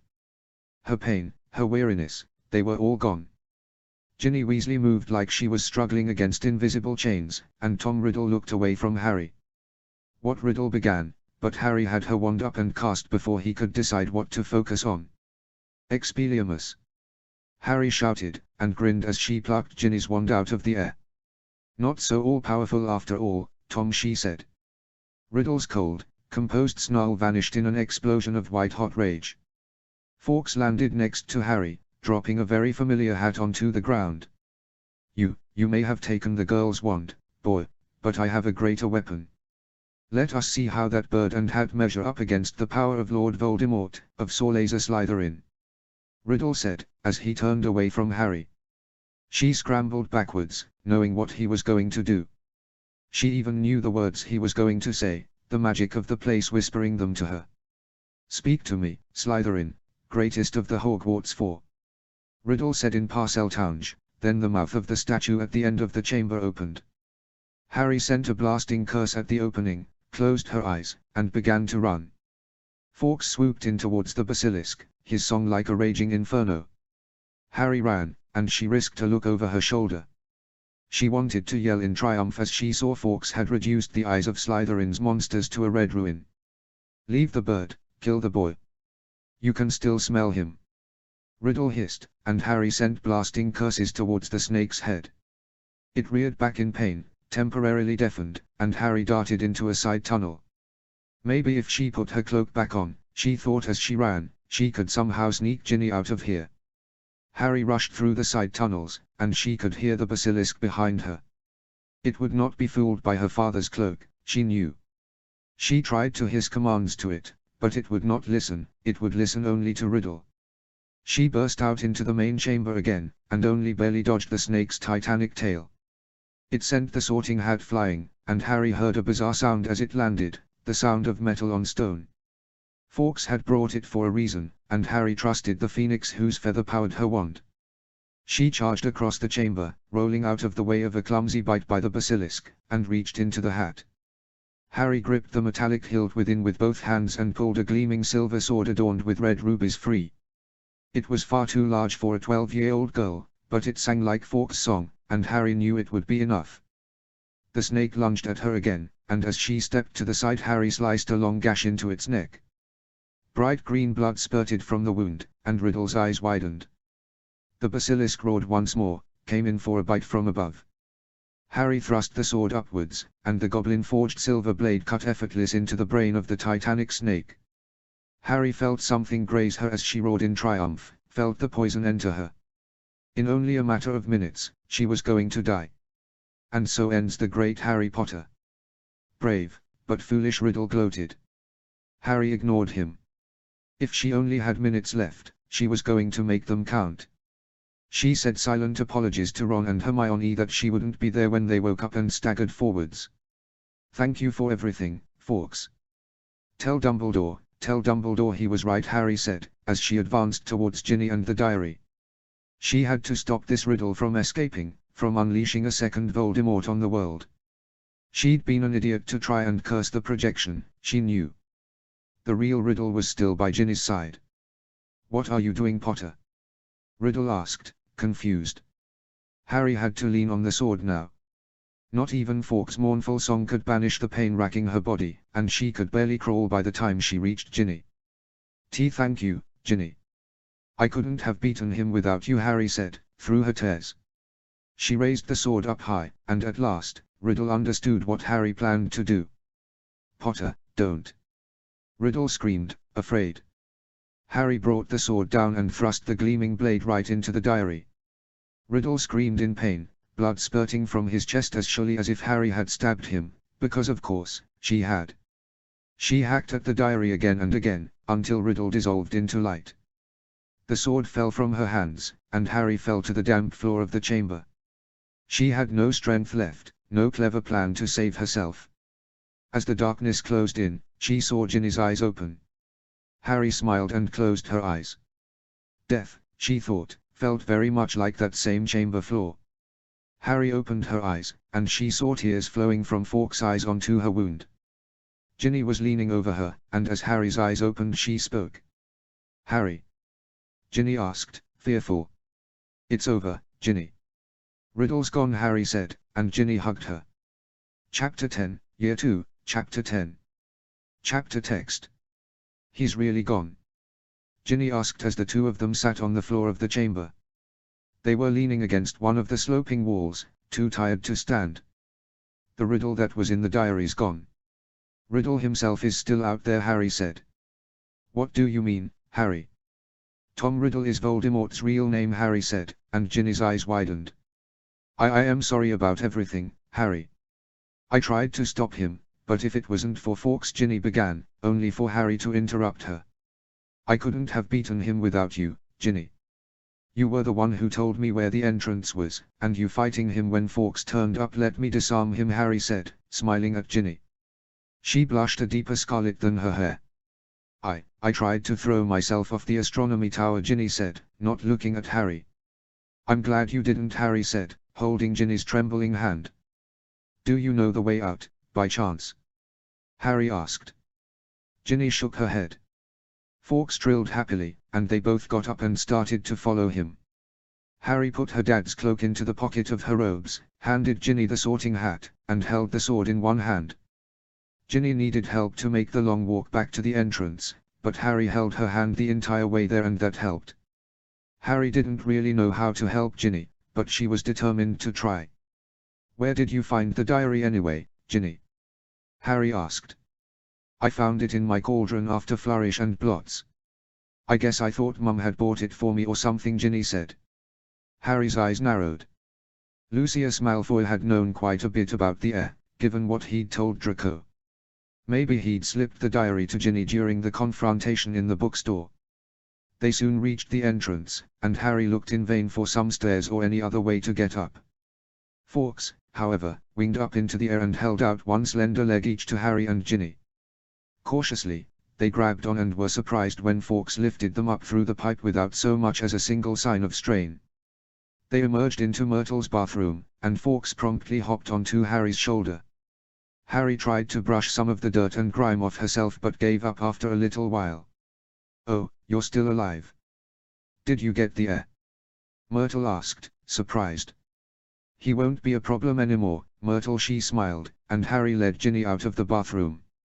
What awaited them on the grand staircase, however, was not what Harry had been expecting. A crowd of adult wizards with flashing cameras and notepads was following another smaller group, composed of a portly man in fine robes and 3 tough-looking wizards in leather coats, up the stairs. "Minister, will you ask the governors to buy Merlin, that's Harry Potter?"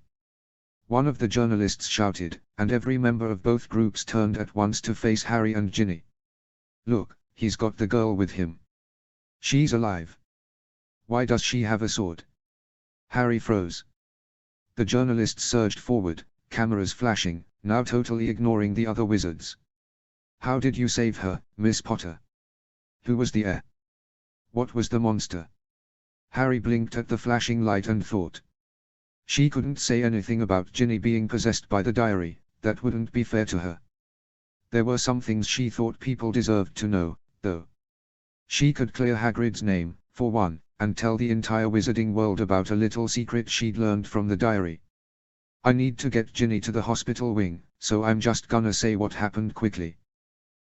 I'll me if you have more questions, okay?" Harry said, and at once the flood of shouted questions stopped. The journalists, who Harry could now see were quite the diverse bunch, seemed to be waiting eagerly for her words. The heir of Slytherin was the same person who opened the chamber 50 years ago, Tom Riddle. He enchanted a diary to contain a sort of living memory that could manifest and control people.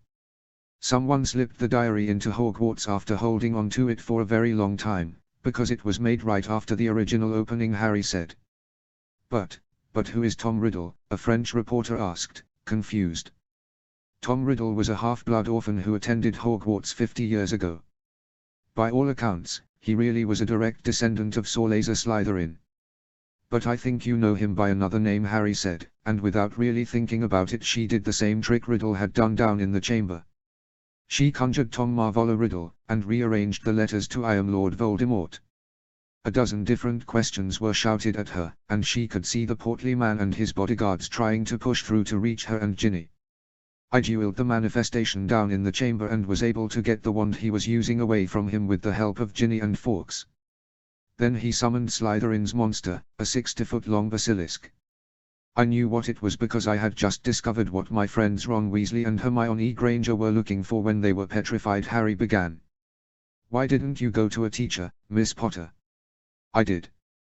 I went to tell Gilderoy Lockhart what I'd learnt, but I discovered that he was planning to flee the castle. We argued, and he admitted to taking credit for the good deeds of others in his books and using memory charms on the real heroes.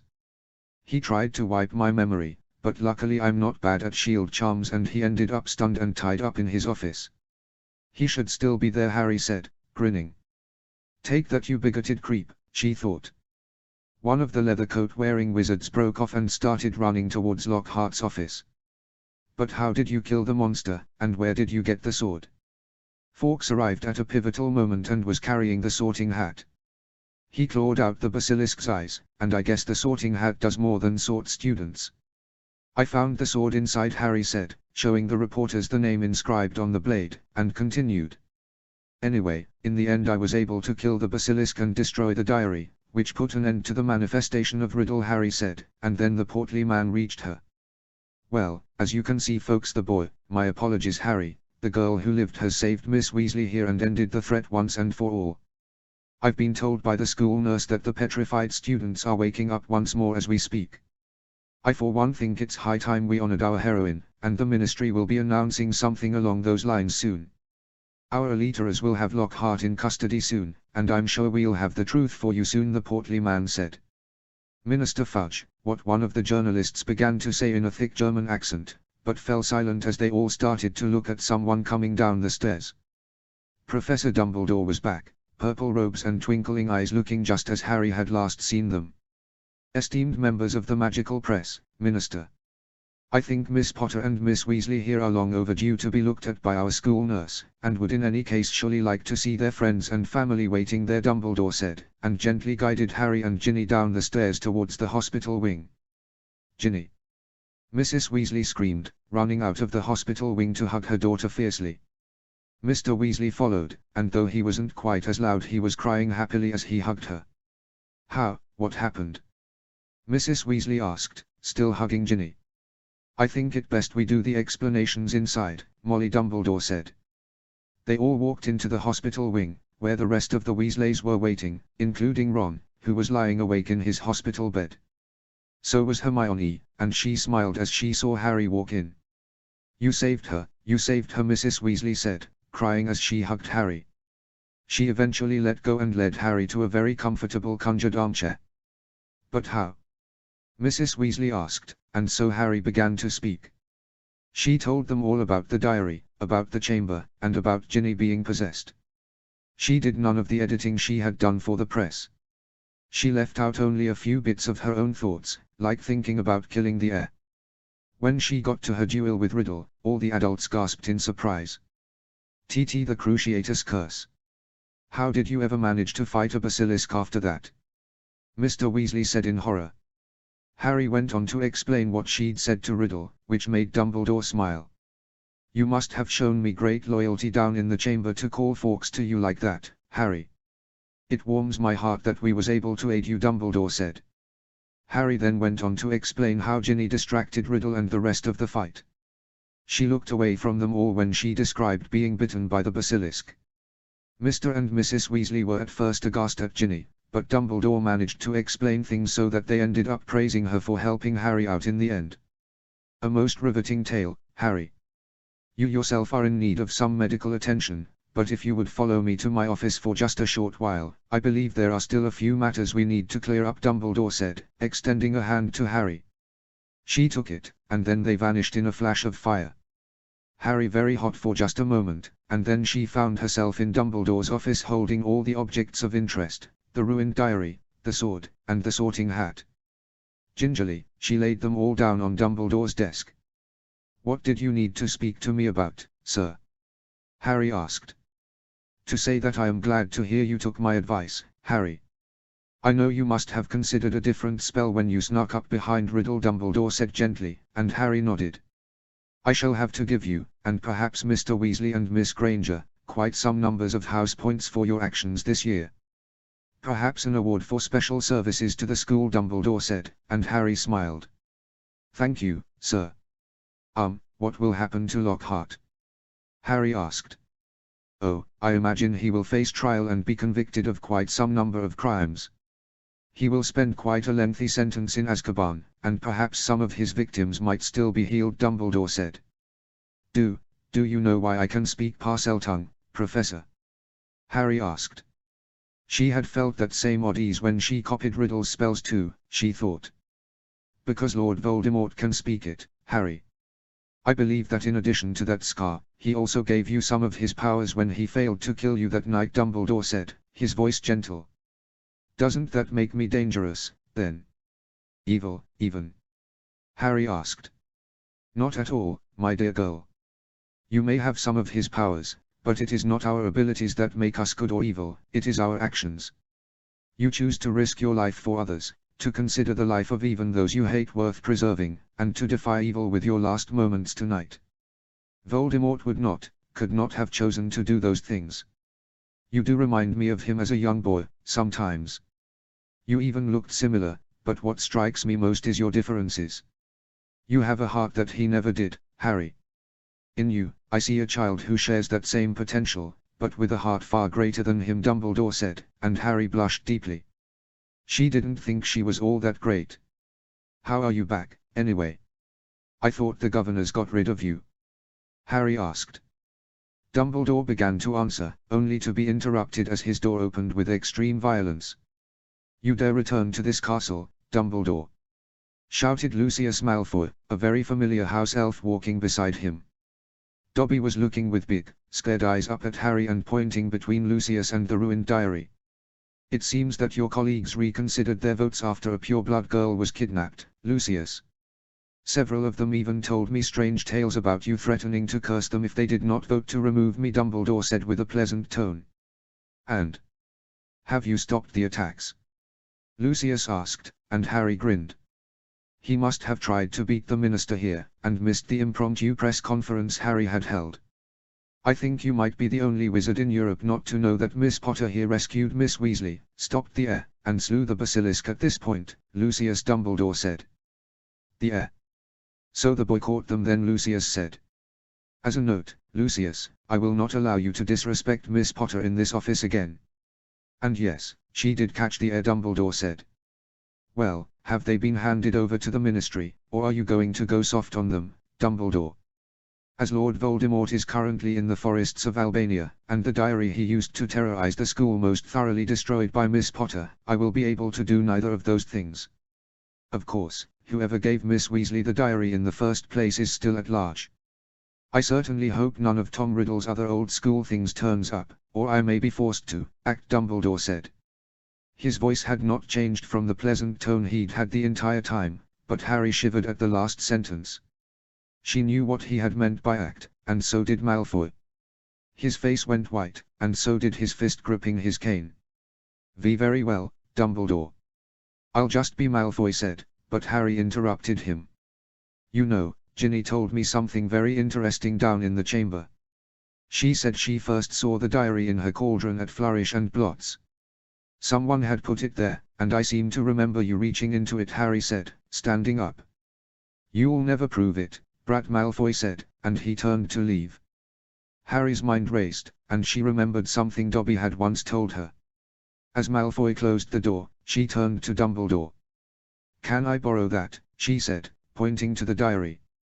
Dumbledore nodded with a knowing smile as Harry slipped one of her now filthy socks into the pages. She ran out the door after Malfoy. "What do you want, freak?" Malfoy said. Instead of responding, she shoved the filthy diary into his hands. "You forgot your diary, Mr. Malfoy. I'm sure your friend Mr. Riddle would be upset if you lost it," Harry said, and she enjoyed the look of momentary panic that crossed his face. He threw the sock aside and then turned to face Harry.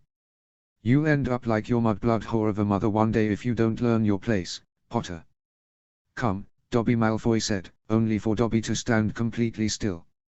He was holding Harry's sock, and had the biggest grin Harry had ever seen. "Master has given Dobby a sock. Dobby is free," Dobby said, and Malfoy's face contorted in rage. You've stolen my servant, boy," Malfoy shouted, and pulled his wand from his cane. Harry had hers pointed at him, and for a single mad moment, it seemed like they would start cursing each other just outside Dumbledore's office. Then, there was the sound of Dobby snapping his fingers and a wave of blue light threw Malfoy down a nearby flight of stairs.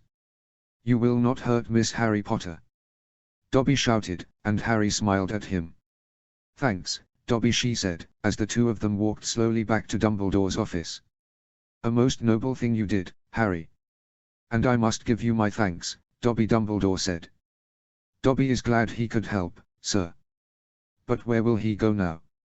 Not many are wanting to hire a free elf. Many of the elves here at Hogwarts are free elves like yourself, Dobby. The Ministry does not approve, but there is little they can do." "I would be happy to hire you," Dumbledore said, smiling at the little elf. "Dobby would be most pleased, Headmaster Dumbledore, sir," Dobby said, beaming. "And I shall have a very special task for you this summer. Harry must stay for a number of weeks with her guardians, and I do not trust them as I once did. Would you watch over her there, Dobby?" Dumbledore asked. "Oh, of course," Dobby said, crying tears of happiness. Harry couldn't help but grin at the thought. The Dursleys would hate that. "Very well then. Now, I believe Miss Potter has a bed in the hospital wing awaiting her, if you would take her there, Dobby," Dumbledore said, and then with a strange sucking sensation, Harry found herself in the hospital wing. "You all right, mate?" Ron asked.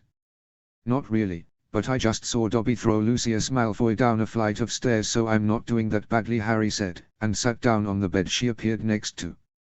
Mr. and Mrs. Weasley were over on the other end of the hospital wing, fussing over Ginny. "Now that's a sight I'd pay galleons to see," Ron said. "I'm glad you managed to figure everything out," Hermione said. "And you look so good. Ginny told us you changed dorms and everything," Hermione continued. Harry smiled. "Yeah. Some of the Slytherins have been assholes about it, but Pav and Lav were really nice," Harry said. She had been surprised how well she'd been accepted in the dorm itself, but Parvati and Lavender had been especially helpful. "Sad to see you go, mate, but good for you," Ron said. "I'm still in the same tower, you prat," Harry said, and threw a pillow at him. All three of them laughed. Chapter 11, Year 2, Chapter 11. Chapter text. Only you could suffer from the Cruciatus curse, get bit by a basilisk, and still be fine to walk out of here the next day, Miss Potter Pomfrey said, the morning after the battle in the chamber. Ginny was still asleep in a little curtained-off section of the hospital wing, but Madame Pomfrey had assured Mr. and Mrs. Weasley that she should be fine physically with a few days of rest. Harry smiled and said goodbye to Ginny before she headed off to breakfast. On her way there, a harried-looking Professor McGonagall stopped her. "Ah, Miss Potter. I'm afraid there are some things you need to look at," McGonagall said, taking out several sheets of parchment. Okay, Professor. What do you need?" Harry asked. "Your mention of the basilisk caused quite a stir. The governors have already been inundated by requests to harvest the corpse. As you're the only one who can get in, and killed it besides, they'd like you to approve it," McGonagall explained, showing Harry the letter. "Well, I don't mind opening up the chamber. But Ron, Hermione, and Ginny should get something from it, not just me," Harry said, and McGonagall smiled. "Quite right. Well, off to breakfast, Miss Potter McGonagall said. Harry walked into the Great Hall, and whispers immediately started to fly around. Harry was used to this and paid no great attention to it until she heard someone clapping. Justin Finch-Fletchley had actually got to his feet and started clapping. Soon people started joining him, and Harry blushed a deeper scarlet than Ron's hair. None of the Slytherins stood up, of course, and a few from other houses seemed very interested in their breakfast all of a sudden. She made her way a little awkwardly to her usual spot, where for the first time in weeks Ron and Hermione were sitting. They smiled at her as the clapping started to die down and people returned to their breakfasts. "Do you know you're getting an Order of Merlin, Harry?" Hermione said, and Harry spat out her pumpkin juice. "Oh really, Hermione?" Harry asked, and Hermione simply handed her the day's Daily Prophet as a way of explanation. Harry looked at the front page and laughed as she saw who'd written the extremely positive article. "Girl who lived slays basilisk at Hogwarts, reveals you-know-who's real name and Muggle father." Harry Potter emerged from the Chamber of Secrets with a rescued Ginny Weasley and the sword of Godric Gryffindor right in front of this very reporter's eyes, and then held what may have been the most extraordinary press conference in the history of magical Britain. While many have doubted the former boy who lived this year, see page 3 for the full story about her change, it's safe to say that our young heroine has proved them wrong. Ministry errors have confirmed that she slew the monster of Slytherin, one of the largest basilisks ever recorded. One said to me, confidentially, that it'd have taken the Ministry 5 teams of hit wizards to kill it. Harry Potter killed it with a sword. She also dueled you-know-who's teenage self and won, and for a cherry on top confronted, defeated, and exposed serial fraud, Gilderoy Lockhart. We must of course discuss the extraordinary revelation that a memory of you-know-who's teenage self was behind the events at Hogwarts this year. Miss Potter also revealed to the press his real name, which for the first time ever will be printed in this newspaper, Tom Marvolo Riddle. Quick-minded viewers may already have spotted a certain anagram that Ministry censorship guidelines prevent us from printing. I can say Miss Potter demonstrated it to us with a most impressive bit of fire conjuring, and that it gave this reporter quite the fright. The Daily Prophet can exclusively reveal that Tom Riddle was born to a pure-blood witch and a Muggle father, Tom Riddle Sr. Some will no doubt cast doubt on this claim, but the record does not lie. You know who was not a pure-blood. Minister for Magic Cornelius Fudge is expected to announce an Order of Merlin for Miss Potter within the week. In the opinion of this reporter, it is more than deserved. In other news, Miss Potter defeated a more ordinary dark wizard last night, one Gilderoy Lockhart. For our full story and investigation, see page 5. Rita Skeeter. If I'd known killing a basilisk with a sword was all it took to get Rita Skeeter off my back, I'd have done it months ago, Harry said. I feel so silly for believing Lockhart all year, Hermione said. I got so mad at you, Ron, but you were right about him from the start. Well, that makes you the one in the right only 95 times out of 100, so we can call it even, Ron said, and they both laughed. Turns out he could duel, though, Harry said. Really? He was pretty useless at the dueling club, Ron said. It was a good thing I got my shield charm working, I'll say that, Harry said, and Hermione beamed. You got it to work? Hermione said, and instantly started to bug Harry with questions about it. Soon enough, the trio found themselves on the train home from another year at Hogwarts. Harry had rather nervously changed into a dress, determined not to go back to boys' clothes over the summer. Dumbledore had said that he'd be speaking to the Dursleys, and after seeing him speak to Malfoy, Harry was confident her relatives wouldn't pose too big a problem. Would you and Ron like to come over for a few days during the holidays, Harry? Hermione asked, a little nervously. Sure. I need to stay at the Dursleys until my birthday, though, Harry said. Ron nodded his agreement. Do you mind if I come in? Asked Ginny as the train left Hogsmeade Station. Harry, Hermione, and Ron were the only occupants of their cabin. Sure, come in, Harry said. Ginny smiled and sat down next to Ron. Are you going to be all right with your relatives, Harry? Ron asked. Dumbledore said he'd talk to them, and he assigned Dobby to watch over me, Harry said. Are you sure that's a good idea, mate? That house elf's idea of protecting you is a little balmy. He did send Lucius Malfoy flying down a flight of stairs after he pulled a wand on me. Good, Ginny said, and all of them agreed. That was about the time the door opened to show a very red-faced Draco Malfoy, his two goons behind him. "You stole our house elf, Potter," Draco ranted. "Dobby is nobody's property, Draco. Besides, what are you going to do about, tell your daddy about it?" Harry said. "Harry was just telling us about how he had such an unfortunate fall," Hermione said. "Yeah. Something about getting beat up by a house elf," Ron said. "Laugh all you want, freak. You and your blood traitor friends will get what's coming to you," Malfoy said, as he left. Fred and George soon turned up, and the six of them had an excellent time in the last few hours they were able to use magic before the summer holidays. Harry gave Hermione the Dursleys' phone number and then gave it to Ron with a warning to practice with Hermione first. The train raced on through the countryside, and then through London. Harry got her trunk down, and very nervously said goodbye to Ron and Hermione, then gathered up her courage and walked through the barrier.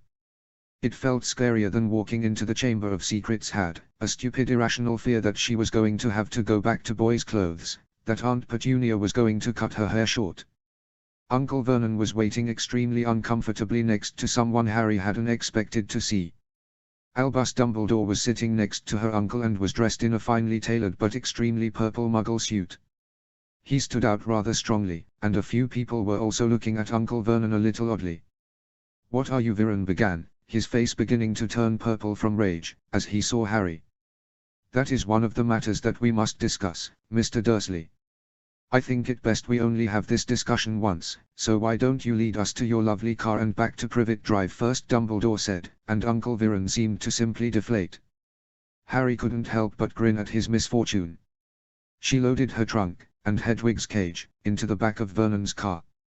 Her owl she'd let out before reaching the station. Hedwig would find her way on her own. Aunt Petunia and Dudley were waiting very nervously in the living room of number 4, Privet Drive.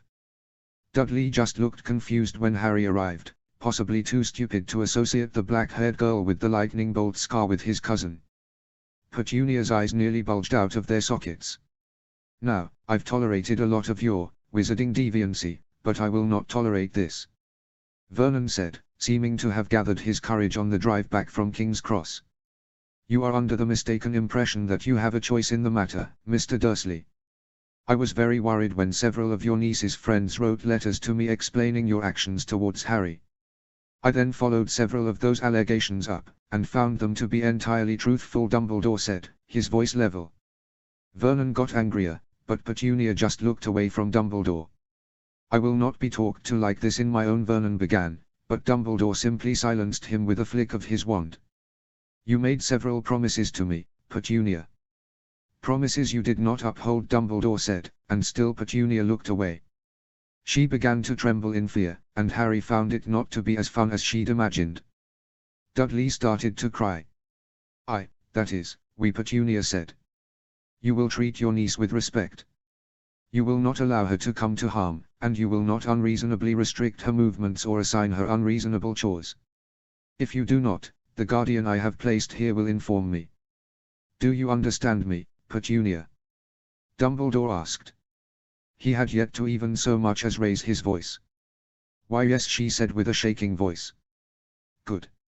Enjoy your summer holidays," Harry, Dumbledore said, and then he was gone with a loud pop. Vernon could speak again, and he rounded on Harry. "Vernon, dear. I detest the Beau Harry's lifestyle as much as you, but they will know. They will know, Vernon. Think of Dudley, think of your son," Petunia said, desperately. "To be made to allow such a perverted little, under my own roof. Around my son," Vernon said. Dudley was still crying. "I'm not going to do anything to Dudley," Harry said. "You better not, boy. I'm warning you, that wizard won't be able to help you fast enough if you push me too far," Vernon said. Harry stood, and withdrew her wand. "And let me explain something to you, Uncle. I learned a lot at Hogwarts this year, including enough curses to blast you into tiny little pieces. Self-defense is one of the few reasons to use magic out of school," Harry said, looking him straight in the eye. He gulped. Harry still thought this entire episode was about as scary as facing down Riddle.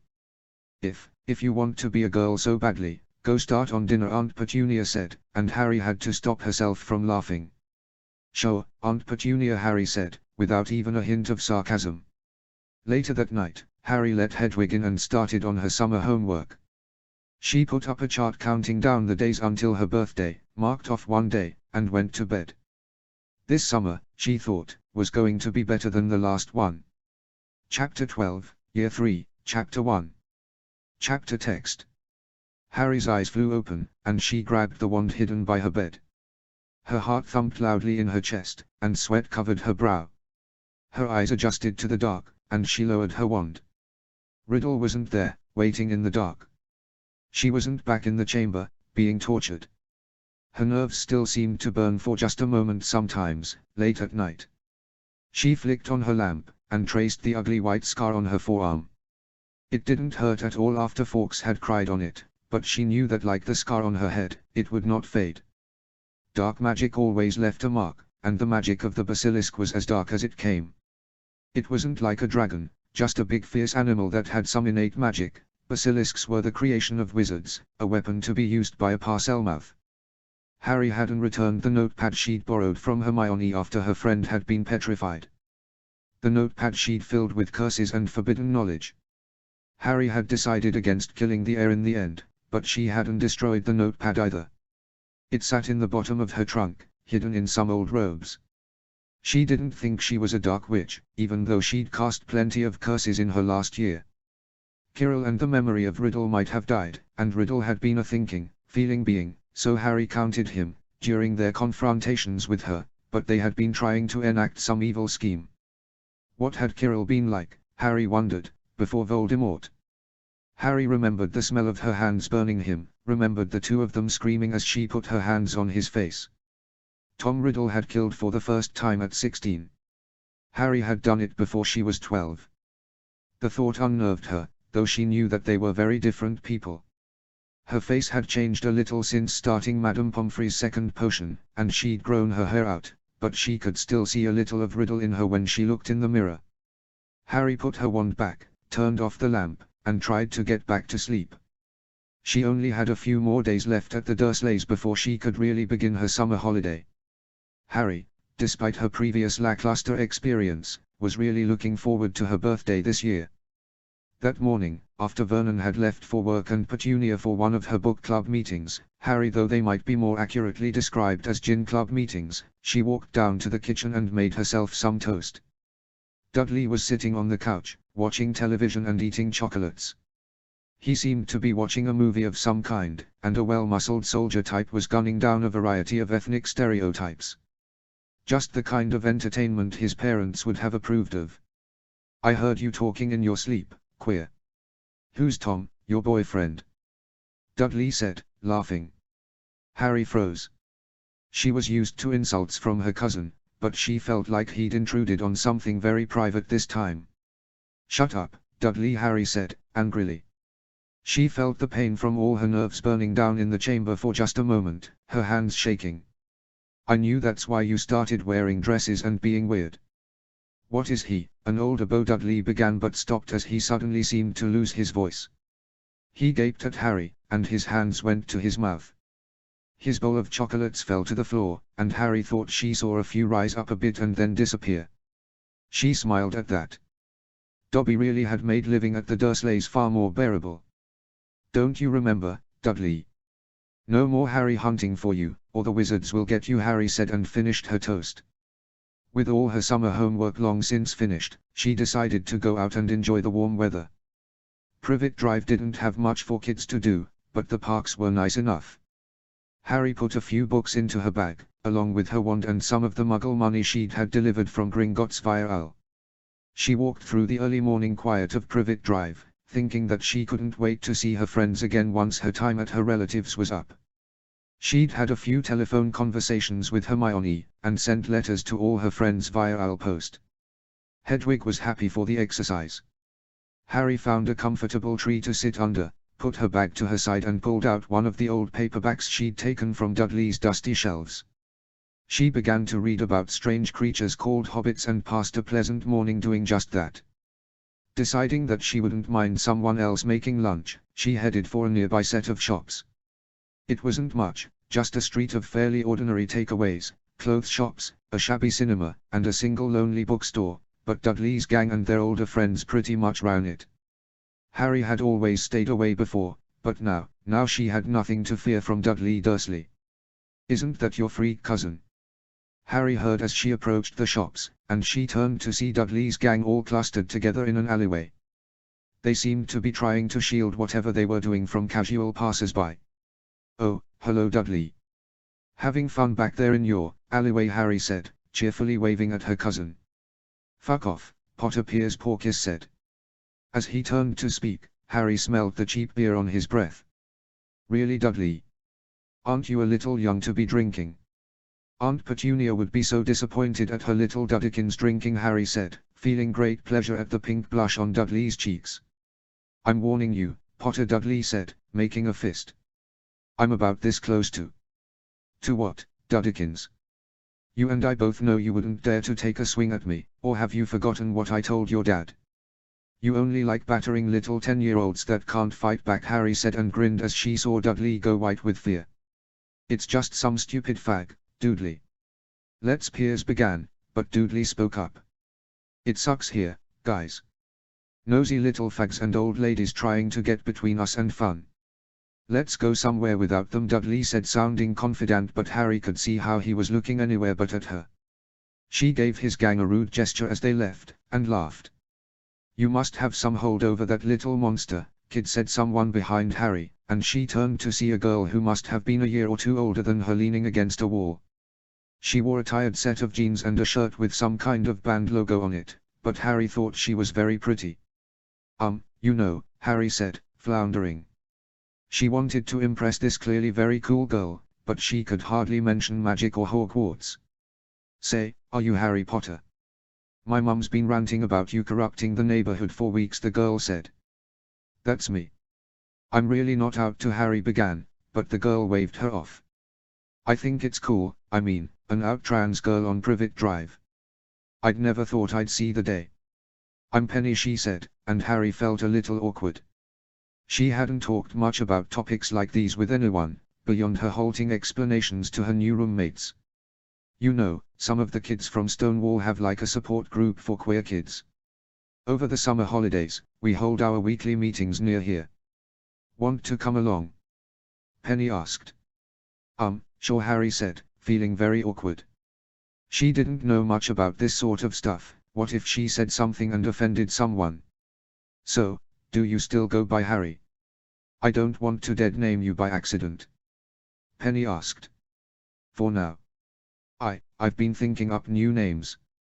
I just haven't really decided," Harry said, as she followed Penny into a cheap-looking cafe. A group of kids ranging from Harry's age to 17 were the only people in there, all sitting around a number of tables that had been pushed together. "Guess who I found sending Dudley Dursley and his little gang running?" "The legendary Harry Potter," Penny said, and Harry found herself wondering for a moment if she'd missed Penny at Hogwarts. The kids all looked up, and Harry knew instantly that they were the sort of people her uncle would have very heavily disapproved of, or, in other words, people Harry would like to meet. "Really?" a boy who looked about 15 said. "Called him Duddekins and everything," Penny said, as she and Harry sat down. "So how'd you manage to come out at St. Brutus?" another girl asked. Harry blinked. Uncle Vernon had threatened to send her to St. Brutus Secure Center for Incurably Criminal Boys once or twice before she'd got her Hogwarts, but she'd no idea he'd started telling people she went there. "Did Vernon start telling people I go there?" I actually go to a normal boarding school. A mixed school," Harry explained. I mean, I knew the Dursleys were stuck up, but that's just weird," Penny said. "My parents arranged for me to go there, so they hate it," Harry explained, and soon enough the topic of conversation turned to other matters. Harry felt crushed as she saw Penny introduce another girl as her girlfriend, but she still accepted an invitation to come back next time. When Harry returned home, she found an official-looking and handsome Al, along with Errol, waiting by her window. She took both letters, gave them an owl treat each, and opened the official one first. It was an invitation to attend a ceremony for her Order of Merlin, first class, the day after her birthday. Harry didn't particularly want an Order of Merlin, but she felt like it would be rude not to attend. Mrs. Weasley's letter was an offer to pick her up on her birthday, and asking if she would like to stay with them for a while. Harry enthusiastically responded that she'd love to, and she went to bed that night more excited than ever for July the 31st. Chapter 13, Year 3, Chapter 2. Chapter Text. So you're not moving out, but you only have to stay for 2 months each year? Penny asked Harry as the meeting wound down. It was Harry's second, and her last before her birthday. Yeah. There's some complicated legal thing that means I have to stay there, and that's the minimum amount of time, Harry said. Your friends sound like they look after you. It's good to hear that your roommates were supportive too. Are you? Do people take issue with you? Penny said, slightly awkwardly. Yeah, but I can deal with that. People are always making up stupid rumors about me, but I've gotten used to it, Harry said, putting some brightly colored Muggle money onto the table to help pay for the food. You don't need to put in quite, Penny began, but Harry waved her off. You all really helped make Privet Drive bearable this year, Harry said, blushing. Penny smiled. We'll be expecting your letters once school starts. You sure this address is right? Penny asked, holding up the little scrap of paper with an address on it that would have their mail forwarded to Hogwarts. Yeah. My school is pretty remote, but if you send it there it should get it, Harry said, and then she blushed very deeply as Penny hugged her goodbye. She walked back to Privet Drive with a spring in her step. What's got you so happy? Aunt Petunia snapped as Harry entered number 4. Nothing, Aunt Petunia. I've been making sure to spend my summer holiday in misery, just the way you like it, Harry said. Probably been out celebrating that Blackfellow's escape with all his freaky friends, Vernon said from the living room, over the TV news. Who? Harry asked, confused. Uncle Vernon just turned the news up. And we repeat our warning for viewers in the Surrey area, police are confident escaped criminal Sirius Black is in the area, and armed with at least one firearm, the TV news announcer said, before switching to the weather. Harry thought she ought to have recognized the name, she'd definitely heard it somewhere before. Never heard of him, Harry said, shrugging her shoulders and heading up to her room. She wanted to have everything packed and ready for her to leave in the morning. Harry didn't own anything that couldn't fit in her trunk, besides Hedwig's cage. She put all her clothes, thankfully none of Dudley's second-hand clothes remained, all of her books and all of her other possessions into her trunk. Her broom was very carefully placed within, and she made sure her little black notebook of notes on spells she probably shouldn't know was hidden carefully. Oh, Uncle Vernon. I have a permission form I need you to sign, Harry said as she set the table for dinner. Well, boy, I'm not going to, Vernon started, but then Petunia caught his eye and started nodding violently. That is, you've been relatively well behaved this year and are leaving early, so I'll sign your blasted form, Vernon said, as Harry serenely handed him her Hogwarts permission form. Harry woke up early the next morning, and as she walked over to the wall to complete her ritual of marking off a day, she felt rather puzzled that there were no days to mark off. She was 13 years old, and wouldn't have to come back to Privet Drive for another year. Mrs. Weasley had said she'd come to pick Harry up at around 11, so Harry did reluctantly eat breakfast. She spent her remaining few hours in the Muggle world buying Mr. Weasley some new batteries for his collection, reading another one of Dudley's dusty books, and general feeling the completely alien sensation of being excited for her birthday. When the doorbell rang, Harry was there nearly instantly. "Hello, Mrs. Weasley," Harry said. The Weasley matriarch looked much more tanned than Harry remembered. "Oh, you look so nice, Harry dear.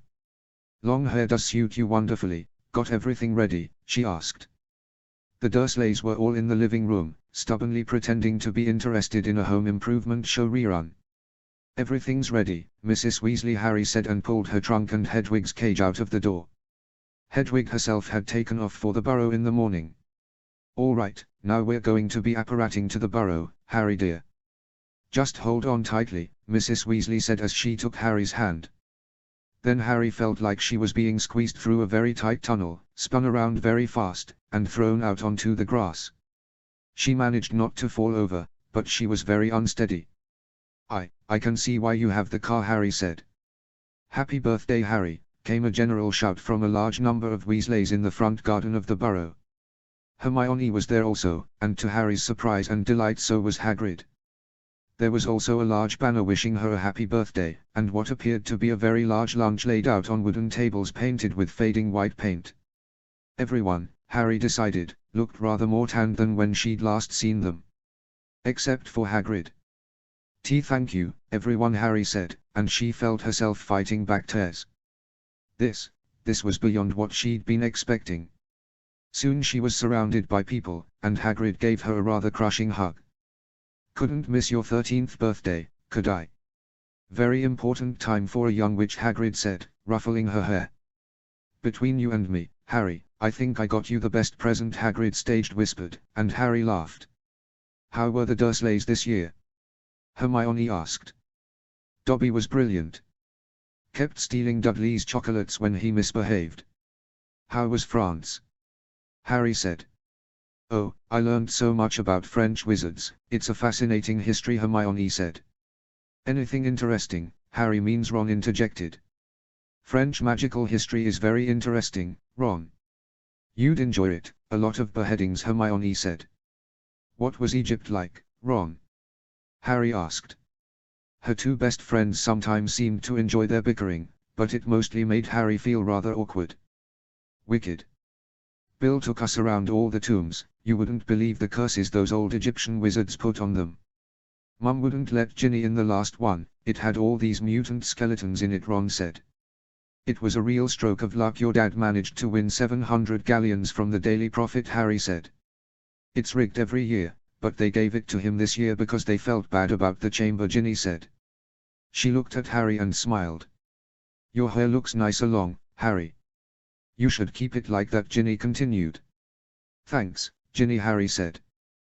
The lunch Mrs. Weasley had made was excellent and contained most of Harry's favorites. She'd even made a large cake, which had magical icing with little animated snitches on it. Here's my present, Harry, Hermione said, and handed over a large and very heavy package. Harry thought it might be a book, but it was shaped a little oddly. She opened it as Mrs. Weasley poured Hagrid a glass of fire whiskey, and grinned as she saw what Hermione had given her. It was a sleek black leather case, with the words Broomstick Servicing Kit written on it in silver lettering. This is really cool, Hermione, Harry said and hugged her. Ron and Ginny had clubbed up to give Harry a pocket sneakoscope, a sort of magical alarm that went off around untrustworthy people. You're not gonna hug me, are you? Ron said, and Harry then proceeded to do so with a devilish grin. I think I will, Harry said, and then she gave Ginny one too. Girls. You're all mental, Ron said, and Harry couldn't be mad. Then it was Hagrid's turn. He took a large package from his coat, wrapped in rough brown paper, and handed it to Harry. Tanned it myself, though I had some of the other professors help me with putting it together and the spells and all that, Hagrid said, as Harry unwrapped it. It was a beautiful green coat, cut in the style she'd seen the one female member of Fudge's bodyguard wear. As she touched the leather, she realized what was familiar about it. Genuine basilisk skin, resistant to most everything. Spelled so that it'll grow with you too, Hagrid said, and Harry smiled up at him. This is really cool, Hagrid. I didn't know that this was what you wanted with some of the skin when we went down to let the harvesters in, Harry said. He blushed. Well, you did me such a big favor proving my innocence and all.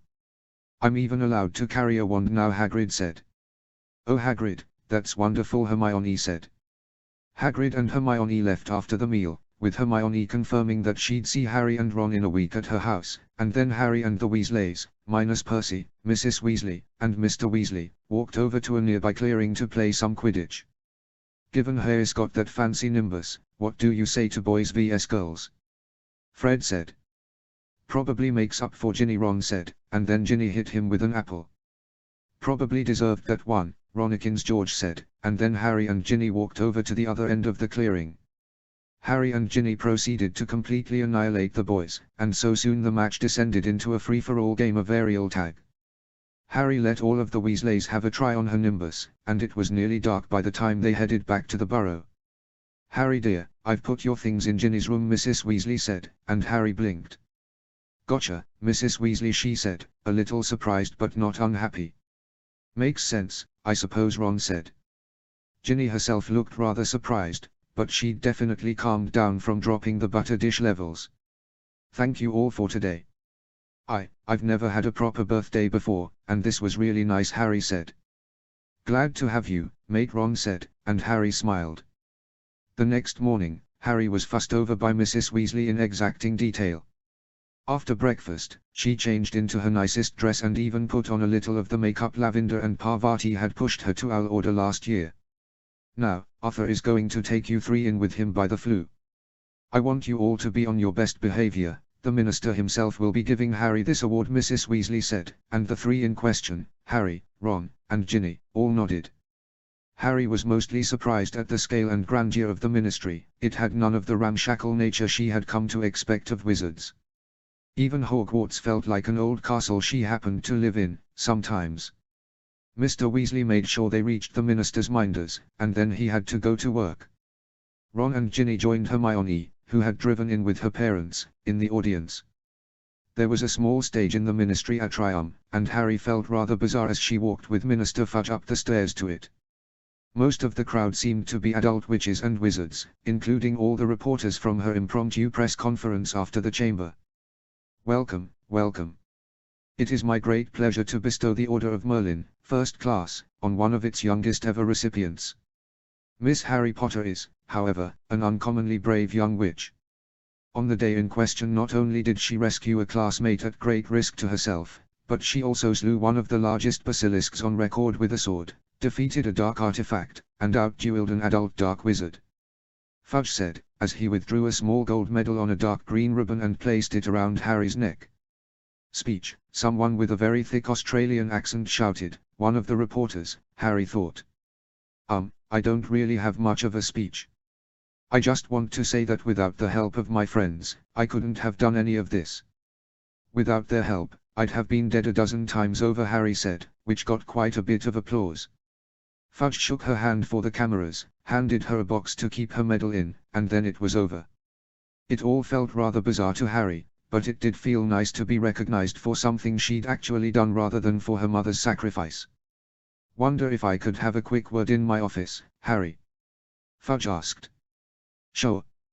Hey, Ron, Ginny, I'll just be a bit, yeah. Harry said, and followed Fudge into the elevators and then into his rather palatial office.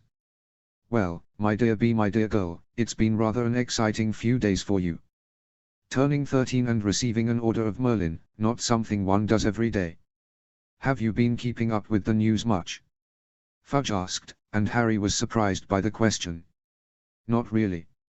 I was living with my relatives, and they don't like owls much, Harry said, and Fudge nodded. Understandable, understandable. What have you heard about Sirius Black? Fudge asked. Sirius Black, he was on the Muggle news, Harry said.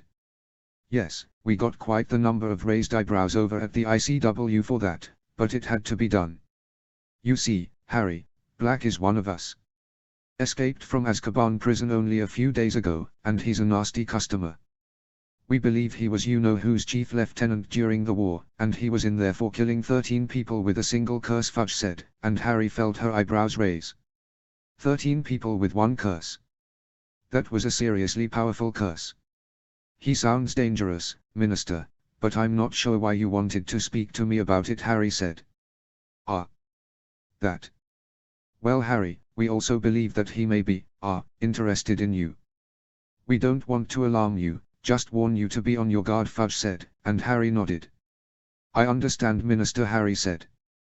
Good. Fudge asked. I'd better get back to my friends, they'll be waiting for me at the Floo Grates, Harry said, and Fudge smiled. Of course, of course.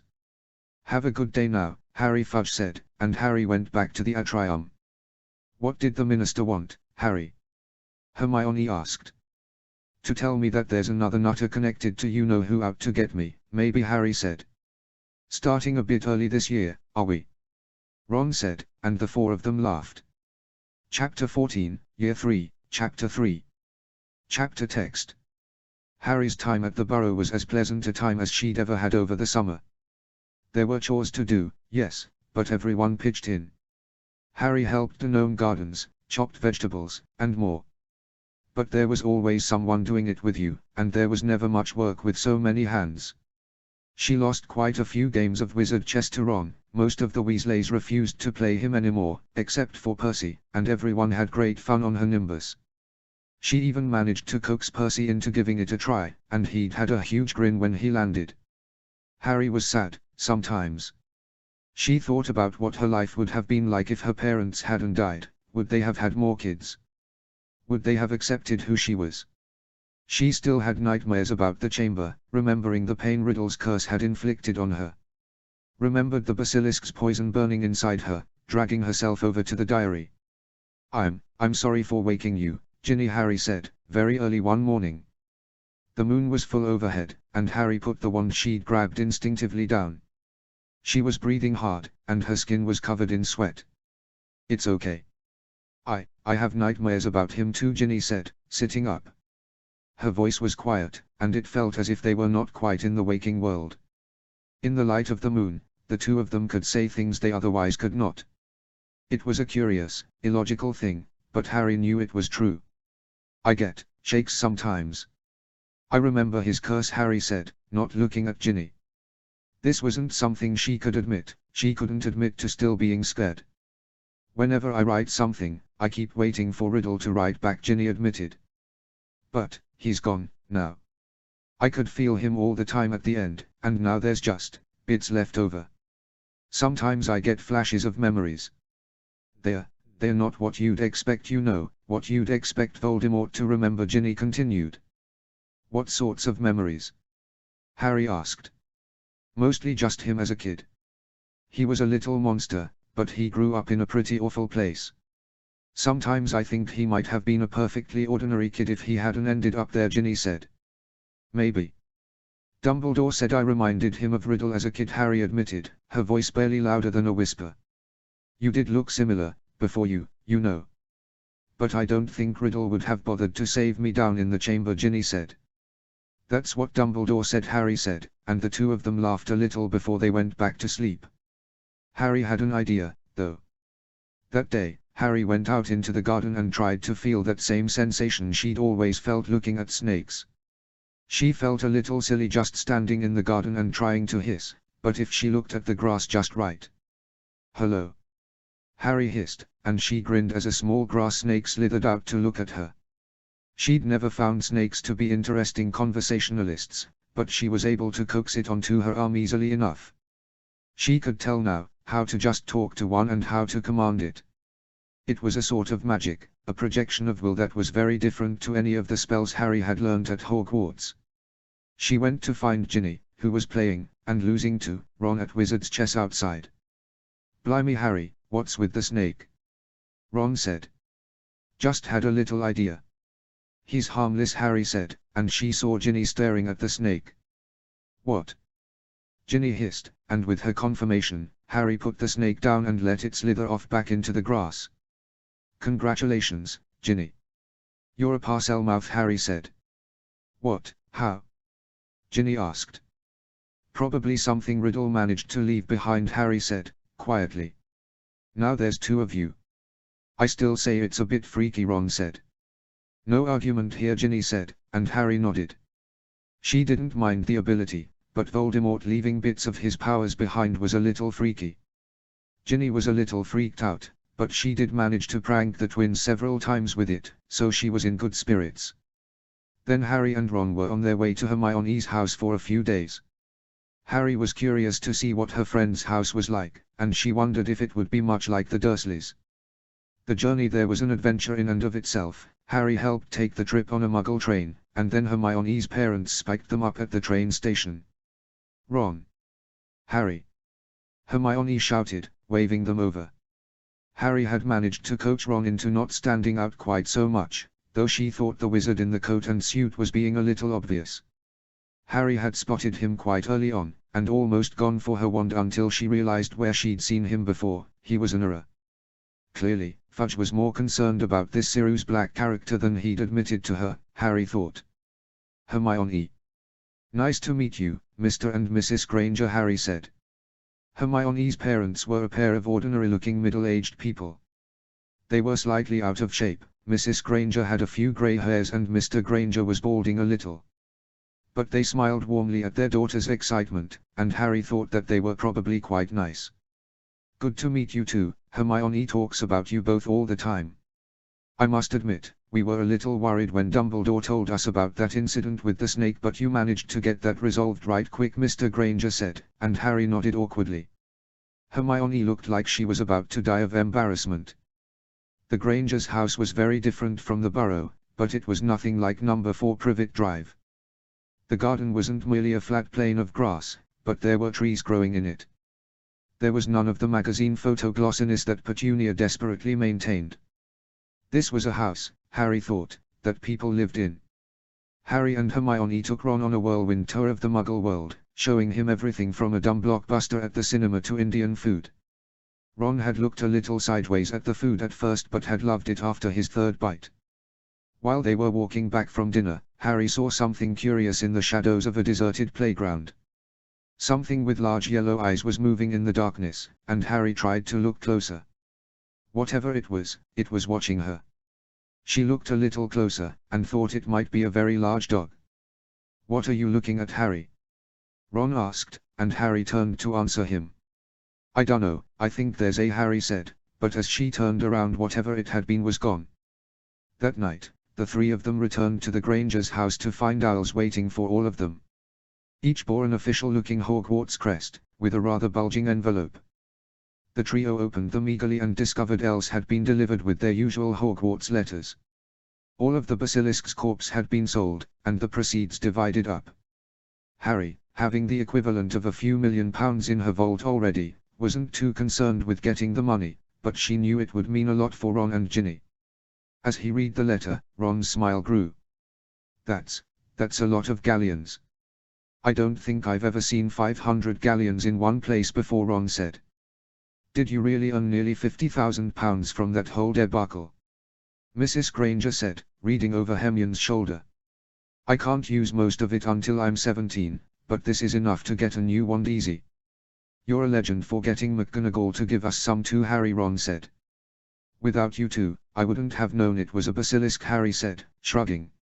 Soon enough the Grangers, Weasleys, and Harry found themselves at Diagon Alley on the day before they were due to return to Hogwarts, and they quickly split up into smaller groups. Harry, Ginny, Ron, and Hermione went one way, the twins another. Percy met up with Penelope Clearwater, and the adults had lunch in the Leaky Cauldron. "Now you behave yourself, Ginny, listen to your brother. And that gold is for buying your new wands and books only, you two," Mrs. Weasley said before they separated, but she smiled at them both. Harry and Hermione watched Ron and Ginny get their new wands with some interest. Ron got his rather quickly, a handsome, long willow and unicorn hair wand. Ginny took much longer, but eventually, she found a yew and phoenix feather wand that suited her. She took it with a little trepidation, and Harry did think it looked a little fearsome. Hermione was then dragged to go look longingly at the newest broom on the market. There was a small crowd outside of Quality Quidditch Supplies, and Harry, Ron, and Ginny eagerly joined them. "This beauty can go 0 to 150 miles per hour in 10 seconds flat. The thing's got a diamond hard polish, so you can fly it as hard as you like and it'll keep going. Irish national teams just put in an order for 7 for the World Cup," the proprietor shouted to the crowd, sounding just as excited as them. There was a little placard on display that said "Price on request," and Harry sighed. That meant it was probably far too expensive for her to justify buying when she had a perfectly good Nimbus 2000. She couldn't help but want to go in there and buy it, though. Maybe if she gave it an endorsement they'd give her a discount. "Come on, you three. We need to actually buy all of our books," Hermione said, and dragged them into Flourish and Blots. They all bought their textbooks, with Ron and Ginny being able to buy copies in decent condition with the money left over from their wands. Harry bought the usual new volume of the Standard Book of Spells, and the next Transfiguration textbook in the series, before the new and unusual started. This year, the defense professor had assigned a single, reasonably priced volume, The Essential Defense Against the Dark Arts. "I'm feeling kinda good about the defense professor this year," Ron said, looking at the book. "Just so long as I don't have to duel them again," Harry said. She picked up her arithmancy and divination books without trouble, but when the trio went to look for their Care of Magical Creatures books they found a large cage instead of a display. It seemed that the Monster Book of Monsters was a rather literal title. The books snarled at anyone who got too close and were sold bound in tight leather straps. Ginny laughed as the trio very carefully put their snarling copies in their cauldrons. I heard Kettleburn was a maniac, but those are something else, Ginny said. Harry bought a few slim volumes, Beginner's Quidditch Arithmancy and Wizard Dueling, How Not to Die in addition to her schoolbooks, and then they were off to the magical menagerie. I still have some money left over from my birthday, and I've been thinking about getting an owl, Hermione said. Scabbers has been looking a little off, Ron said, looking at his rat. Harry thought he looked just like he always had. The four of them entered the shop, and whilst Harry bought some new owl treats, she and Ginny spent almost all their time in the shop talking to a striking magical cobra. It regaled them with stories neither of them thought were true, but it was interesting. At the sound of a yell, the two of them turned around. A very small tiger, or a very large and very orange cat, was chasing Scabbers across the shop. The rat was running with a speed Harry had never seen him display, darting between cover. Scabbers! Ron shouted. Harry took out her wand and froze both the cat and the rat with a whispered spell. She put her wand away after doing it, hoping no one had seen it. Ron rushed over to Scabbers, picked him up, and unfroze him. Thanks, mate, Ron said, nodding to Harry. Let's go wait for Hermione outside. Being around this many predators isn't good for Scabbers, Ron said, so they went outside to wait. A few minutes later, Hermione emerged, but not with an owl. The ugly, huge, and violently orange cat that had chased Scabbers was in her arms. What did you go and buy that brute for? Ron asked, horrified. You're not a brute, Crookshanks. You're just underappreciated, Hermione said to the cat in a sing-song voice. Harry and Ginny looked at one another, and both decided that not saying anything was the wisest course of action. They stayed at the Leaky Cauldron that night, which was teeming with students and their families. It seemed to be far larger on the inside than the outward building could possibly be, and always just large enough. The next day, after Percy had recovered his head boy badge from Fred and George, they were driven to the train station in fancy ministry cars, which seemed to be able to slide through traffic and fit a dozen people inside each. Harry blushed a little when she realized who they were for. Harry, Ron, and Hermione checked compartment after compartment, but they all full. Finally, they found one with only a single unusual occupant. An adult man, covered in a blanket, was sleeping in the corner. Blimey, who do you reckon that is? Ron asked. Professor R.J. Lupin, Hermione said, and Harry joined Ron in looking at Hermione with surprise. How do you know that? Ron asked. It's on his trunk, Ronald. Anyway, this looks about as empty as we're likely to get, Hermione said, and the three of them sat down in the compartment. They were quickly joined by Ginny Weasley and a very odd Ravenclaw by the name of Luna Lovegood. Then, the train gave off one last whistle and started to leave the station. She was on her way to another year at Hogwarts, and Harry found herself sad, for the first time, that her summer holidays had come to an end. Chapter 15, Year 3, Chapter 4. Chapter Text. A tinny whistling noise suddenly filled the compartment. Harry's pocket sneakoscope had started whistling. She pulled it from her robes and looked around. Scabbers had just darted into Ron's pocket, the aging rat making little sounds of pain from the noise. I wonder what's making it go off, Hermione said. Probably the Naggles, Luna said, not looking up from her upside-down magazine. Well, about that. It's not exactly the most reliable thing in the world. Went off when I was buying the thing, Ron said. Put it away before you wake him up, Ginny said. Harry opened up her trunk and stuffed the sneakoscope into her robes. Latching it back shut, she was relieved to hear no whistling of any sort. Well, at least we know the whistle works, Harry said. So the minister warned you about Black? Ginny asked, returning to their previous conversation. Said he might be out to get me. I'm a little worried. But if even Voldemort didn't want to act in the castle without Dumbledore being gone, I think I should be fine, Harry said. Still, he managed to break out of Azkaban. No one's done that before, Ron said. You need to be careful this year, Harry. Black's not like Lockhart, he's not going to be outdueled by a kid, Hermione said. Well, Lord Voldemort lost a duel to a baby, you know. Anything can happen, Luna Lovegood said, in her strange sing-song voice. I'll be careful, Hermione. I'm sure my friend from the Auror office will be back when we go to Hogsmeade, anyway, Harry said. I wish I could go to Hogsmeade this year, Ginny said. We'll bring you back loads of stuff from Honeydukes, Harry said, and Ginny grinned. Honestly, is the entire reason you three want to go just the sweet shop? Hermione asked. Yep. Answered all three of them at once. But it's such an interesting place. It's the largest all-magical settlement in the British Isles, and it has the most, Hermione said. The most haunted building in Britain, yes we know, Harry said. I'm just so excited to see it. There's so much history, and I've read about it for so long, Hermione said. As Harry started to respond, the compartment door opened. Draco Malfoy, Pansy Parkinson, and Theodore Nott were standing there snickering. Look who it is, all the freaks have got a compartment together. There's Loony Lovegood, a pair of blood traitors, Potter the Perv and his pet mug, Draco began, but Hermione interrupted him. What were you saying, Professor Lupin? Hermione said, pretending like she and the sleeping teacher had been in the middle of a conversation. Draco couldn't see Lupin's sleeping face from his position, and so his face went white when he heard the word professor. He shut the door with surprising speed, and Harry could hear him running down the corridor. Nice one, Hermione, Ron said.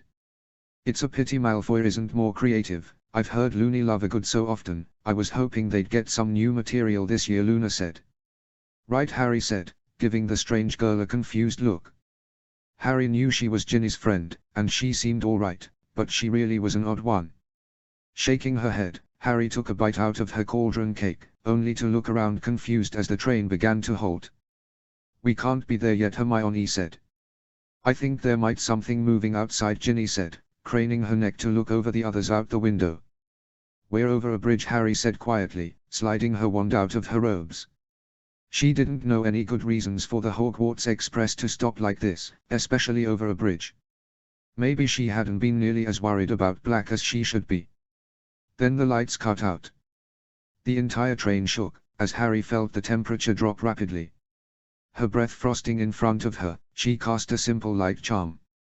Soon everyone else bar the sleeping professor had their wands out. Should we go, asked the quiet, and turn out those lights, hissed a hoarse voice. The sleeping professor had woken up, and at his command Harry unlit her wand with a simple nox. Stay here, and stay, Lupin began, but they never heard what else he was going to ask them to do. Something opened the compartment door, and Harry felt pain. It was a creature of some kind, a hooded figure with a horrible, rotted hand clutching the door handle.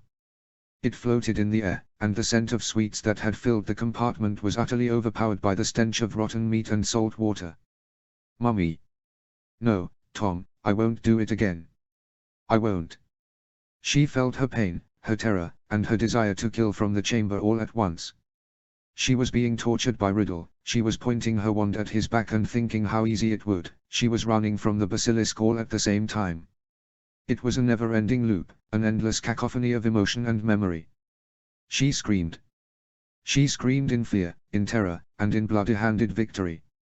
She was in pain, she was afraid, she was a murderer. She felt as if her hair was short again, she felt as if she had been forced back into being a boy because the potion had worn off. She felt the memory of the wrongness she felt after the polyjuice, and she was still feeling the memories of the chamber. Harry felt like a fog began to cloud over everything, as if everything got more distant. Harry woke up on the floor in a tangle of limbs. Ginny. Harry. Luna. Wake up, please wake up, Ron pleaded, his voice desperate. Harry got herself up off the floor, her limbs weak and shaking. Flashes of the phantom pain from her memories shot through her, but they were just shadows of the real thing. She could deal with them if she had to. What happened? Harry asked, her voice hoarse. First, eat some of this. It'll help, Lupin said, handing something to Harry. She ate it without really thinking about it, and Harry felt surprised that it was chocolate. Amazingly, she really did feel much better. Her breathing slowed, the sensation of unnatural cold faded away, and she felt her memories recede. Ginny and Luna came around just after Harry, and Lupin broke off a small piece of chocolate for them too. What happened? Harry repeated. You, Luna, and Ginny just started screaming. It sounded like you were being tortured or something, Ron said. I remembered the chamber, Harry said quietly. I saw my mother die, Luna said, in such a matter-of-fact tone that it shocked Harry. She had clearly been crying, but she was busy patting Ginny's back and whispering to her. Ginny wouldn't look them in the eye, and only Harry knew what she had likely remembered. Remembered running into her crying at the stairs to the astronomy tower. We'll be at Hogwarts in 10 minutes. They are gone for now, but I need to have a word with the driver, Lupin said, and left the compartment. It'll be okay, Ginny. He's gone, Harry said. Ginny looked up, tears in her eyes, and nodded. Merlin, those things are awful. I just felt like I'd never be happy again, and that was bad enough, but, Ron said, trailing off. He didn't really seem to know what to say, so he just gave his sister a hug and told her it would be all right. What was that? Harry asked. It was a Dementor, Harry.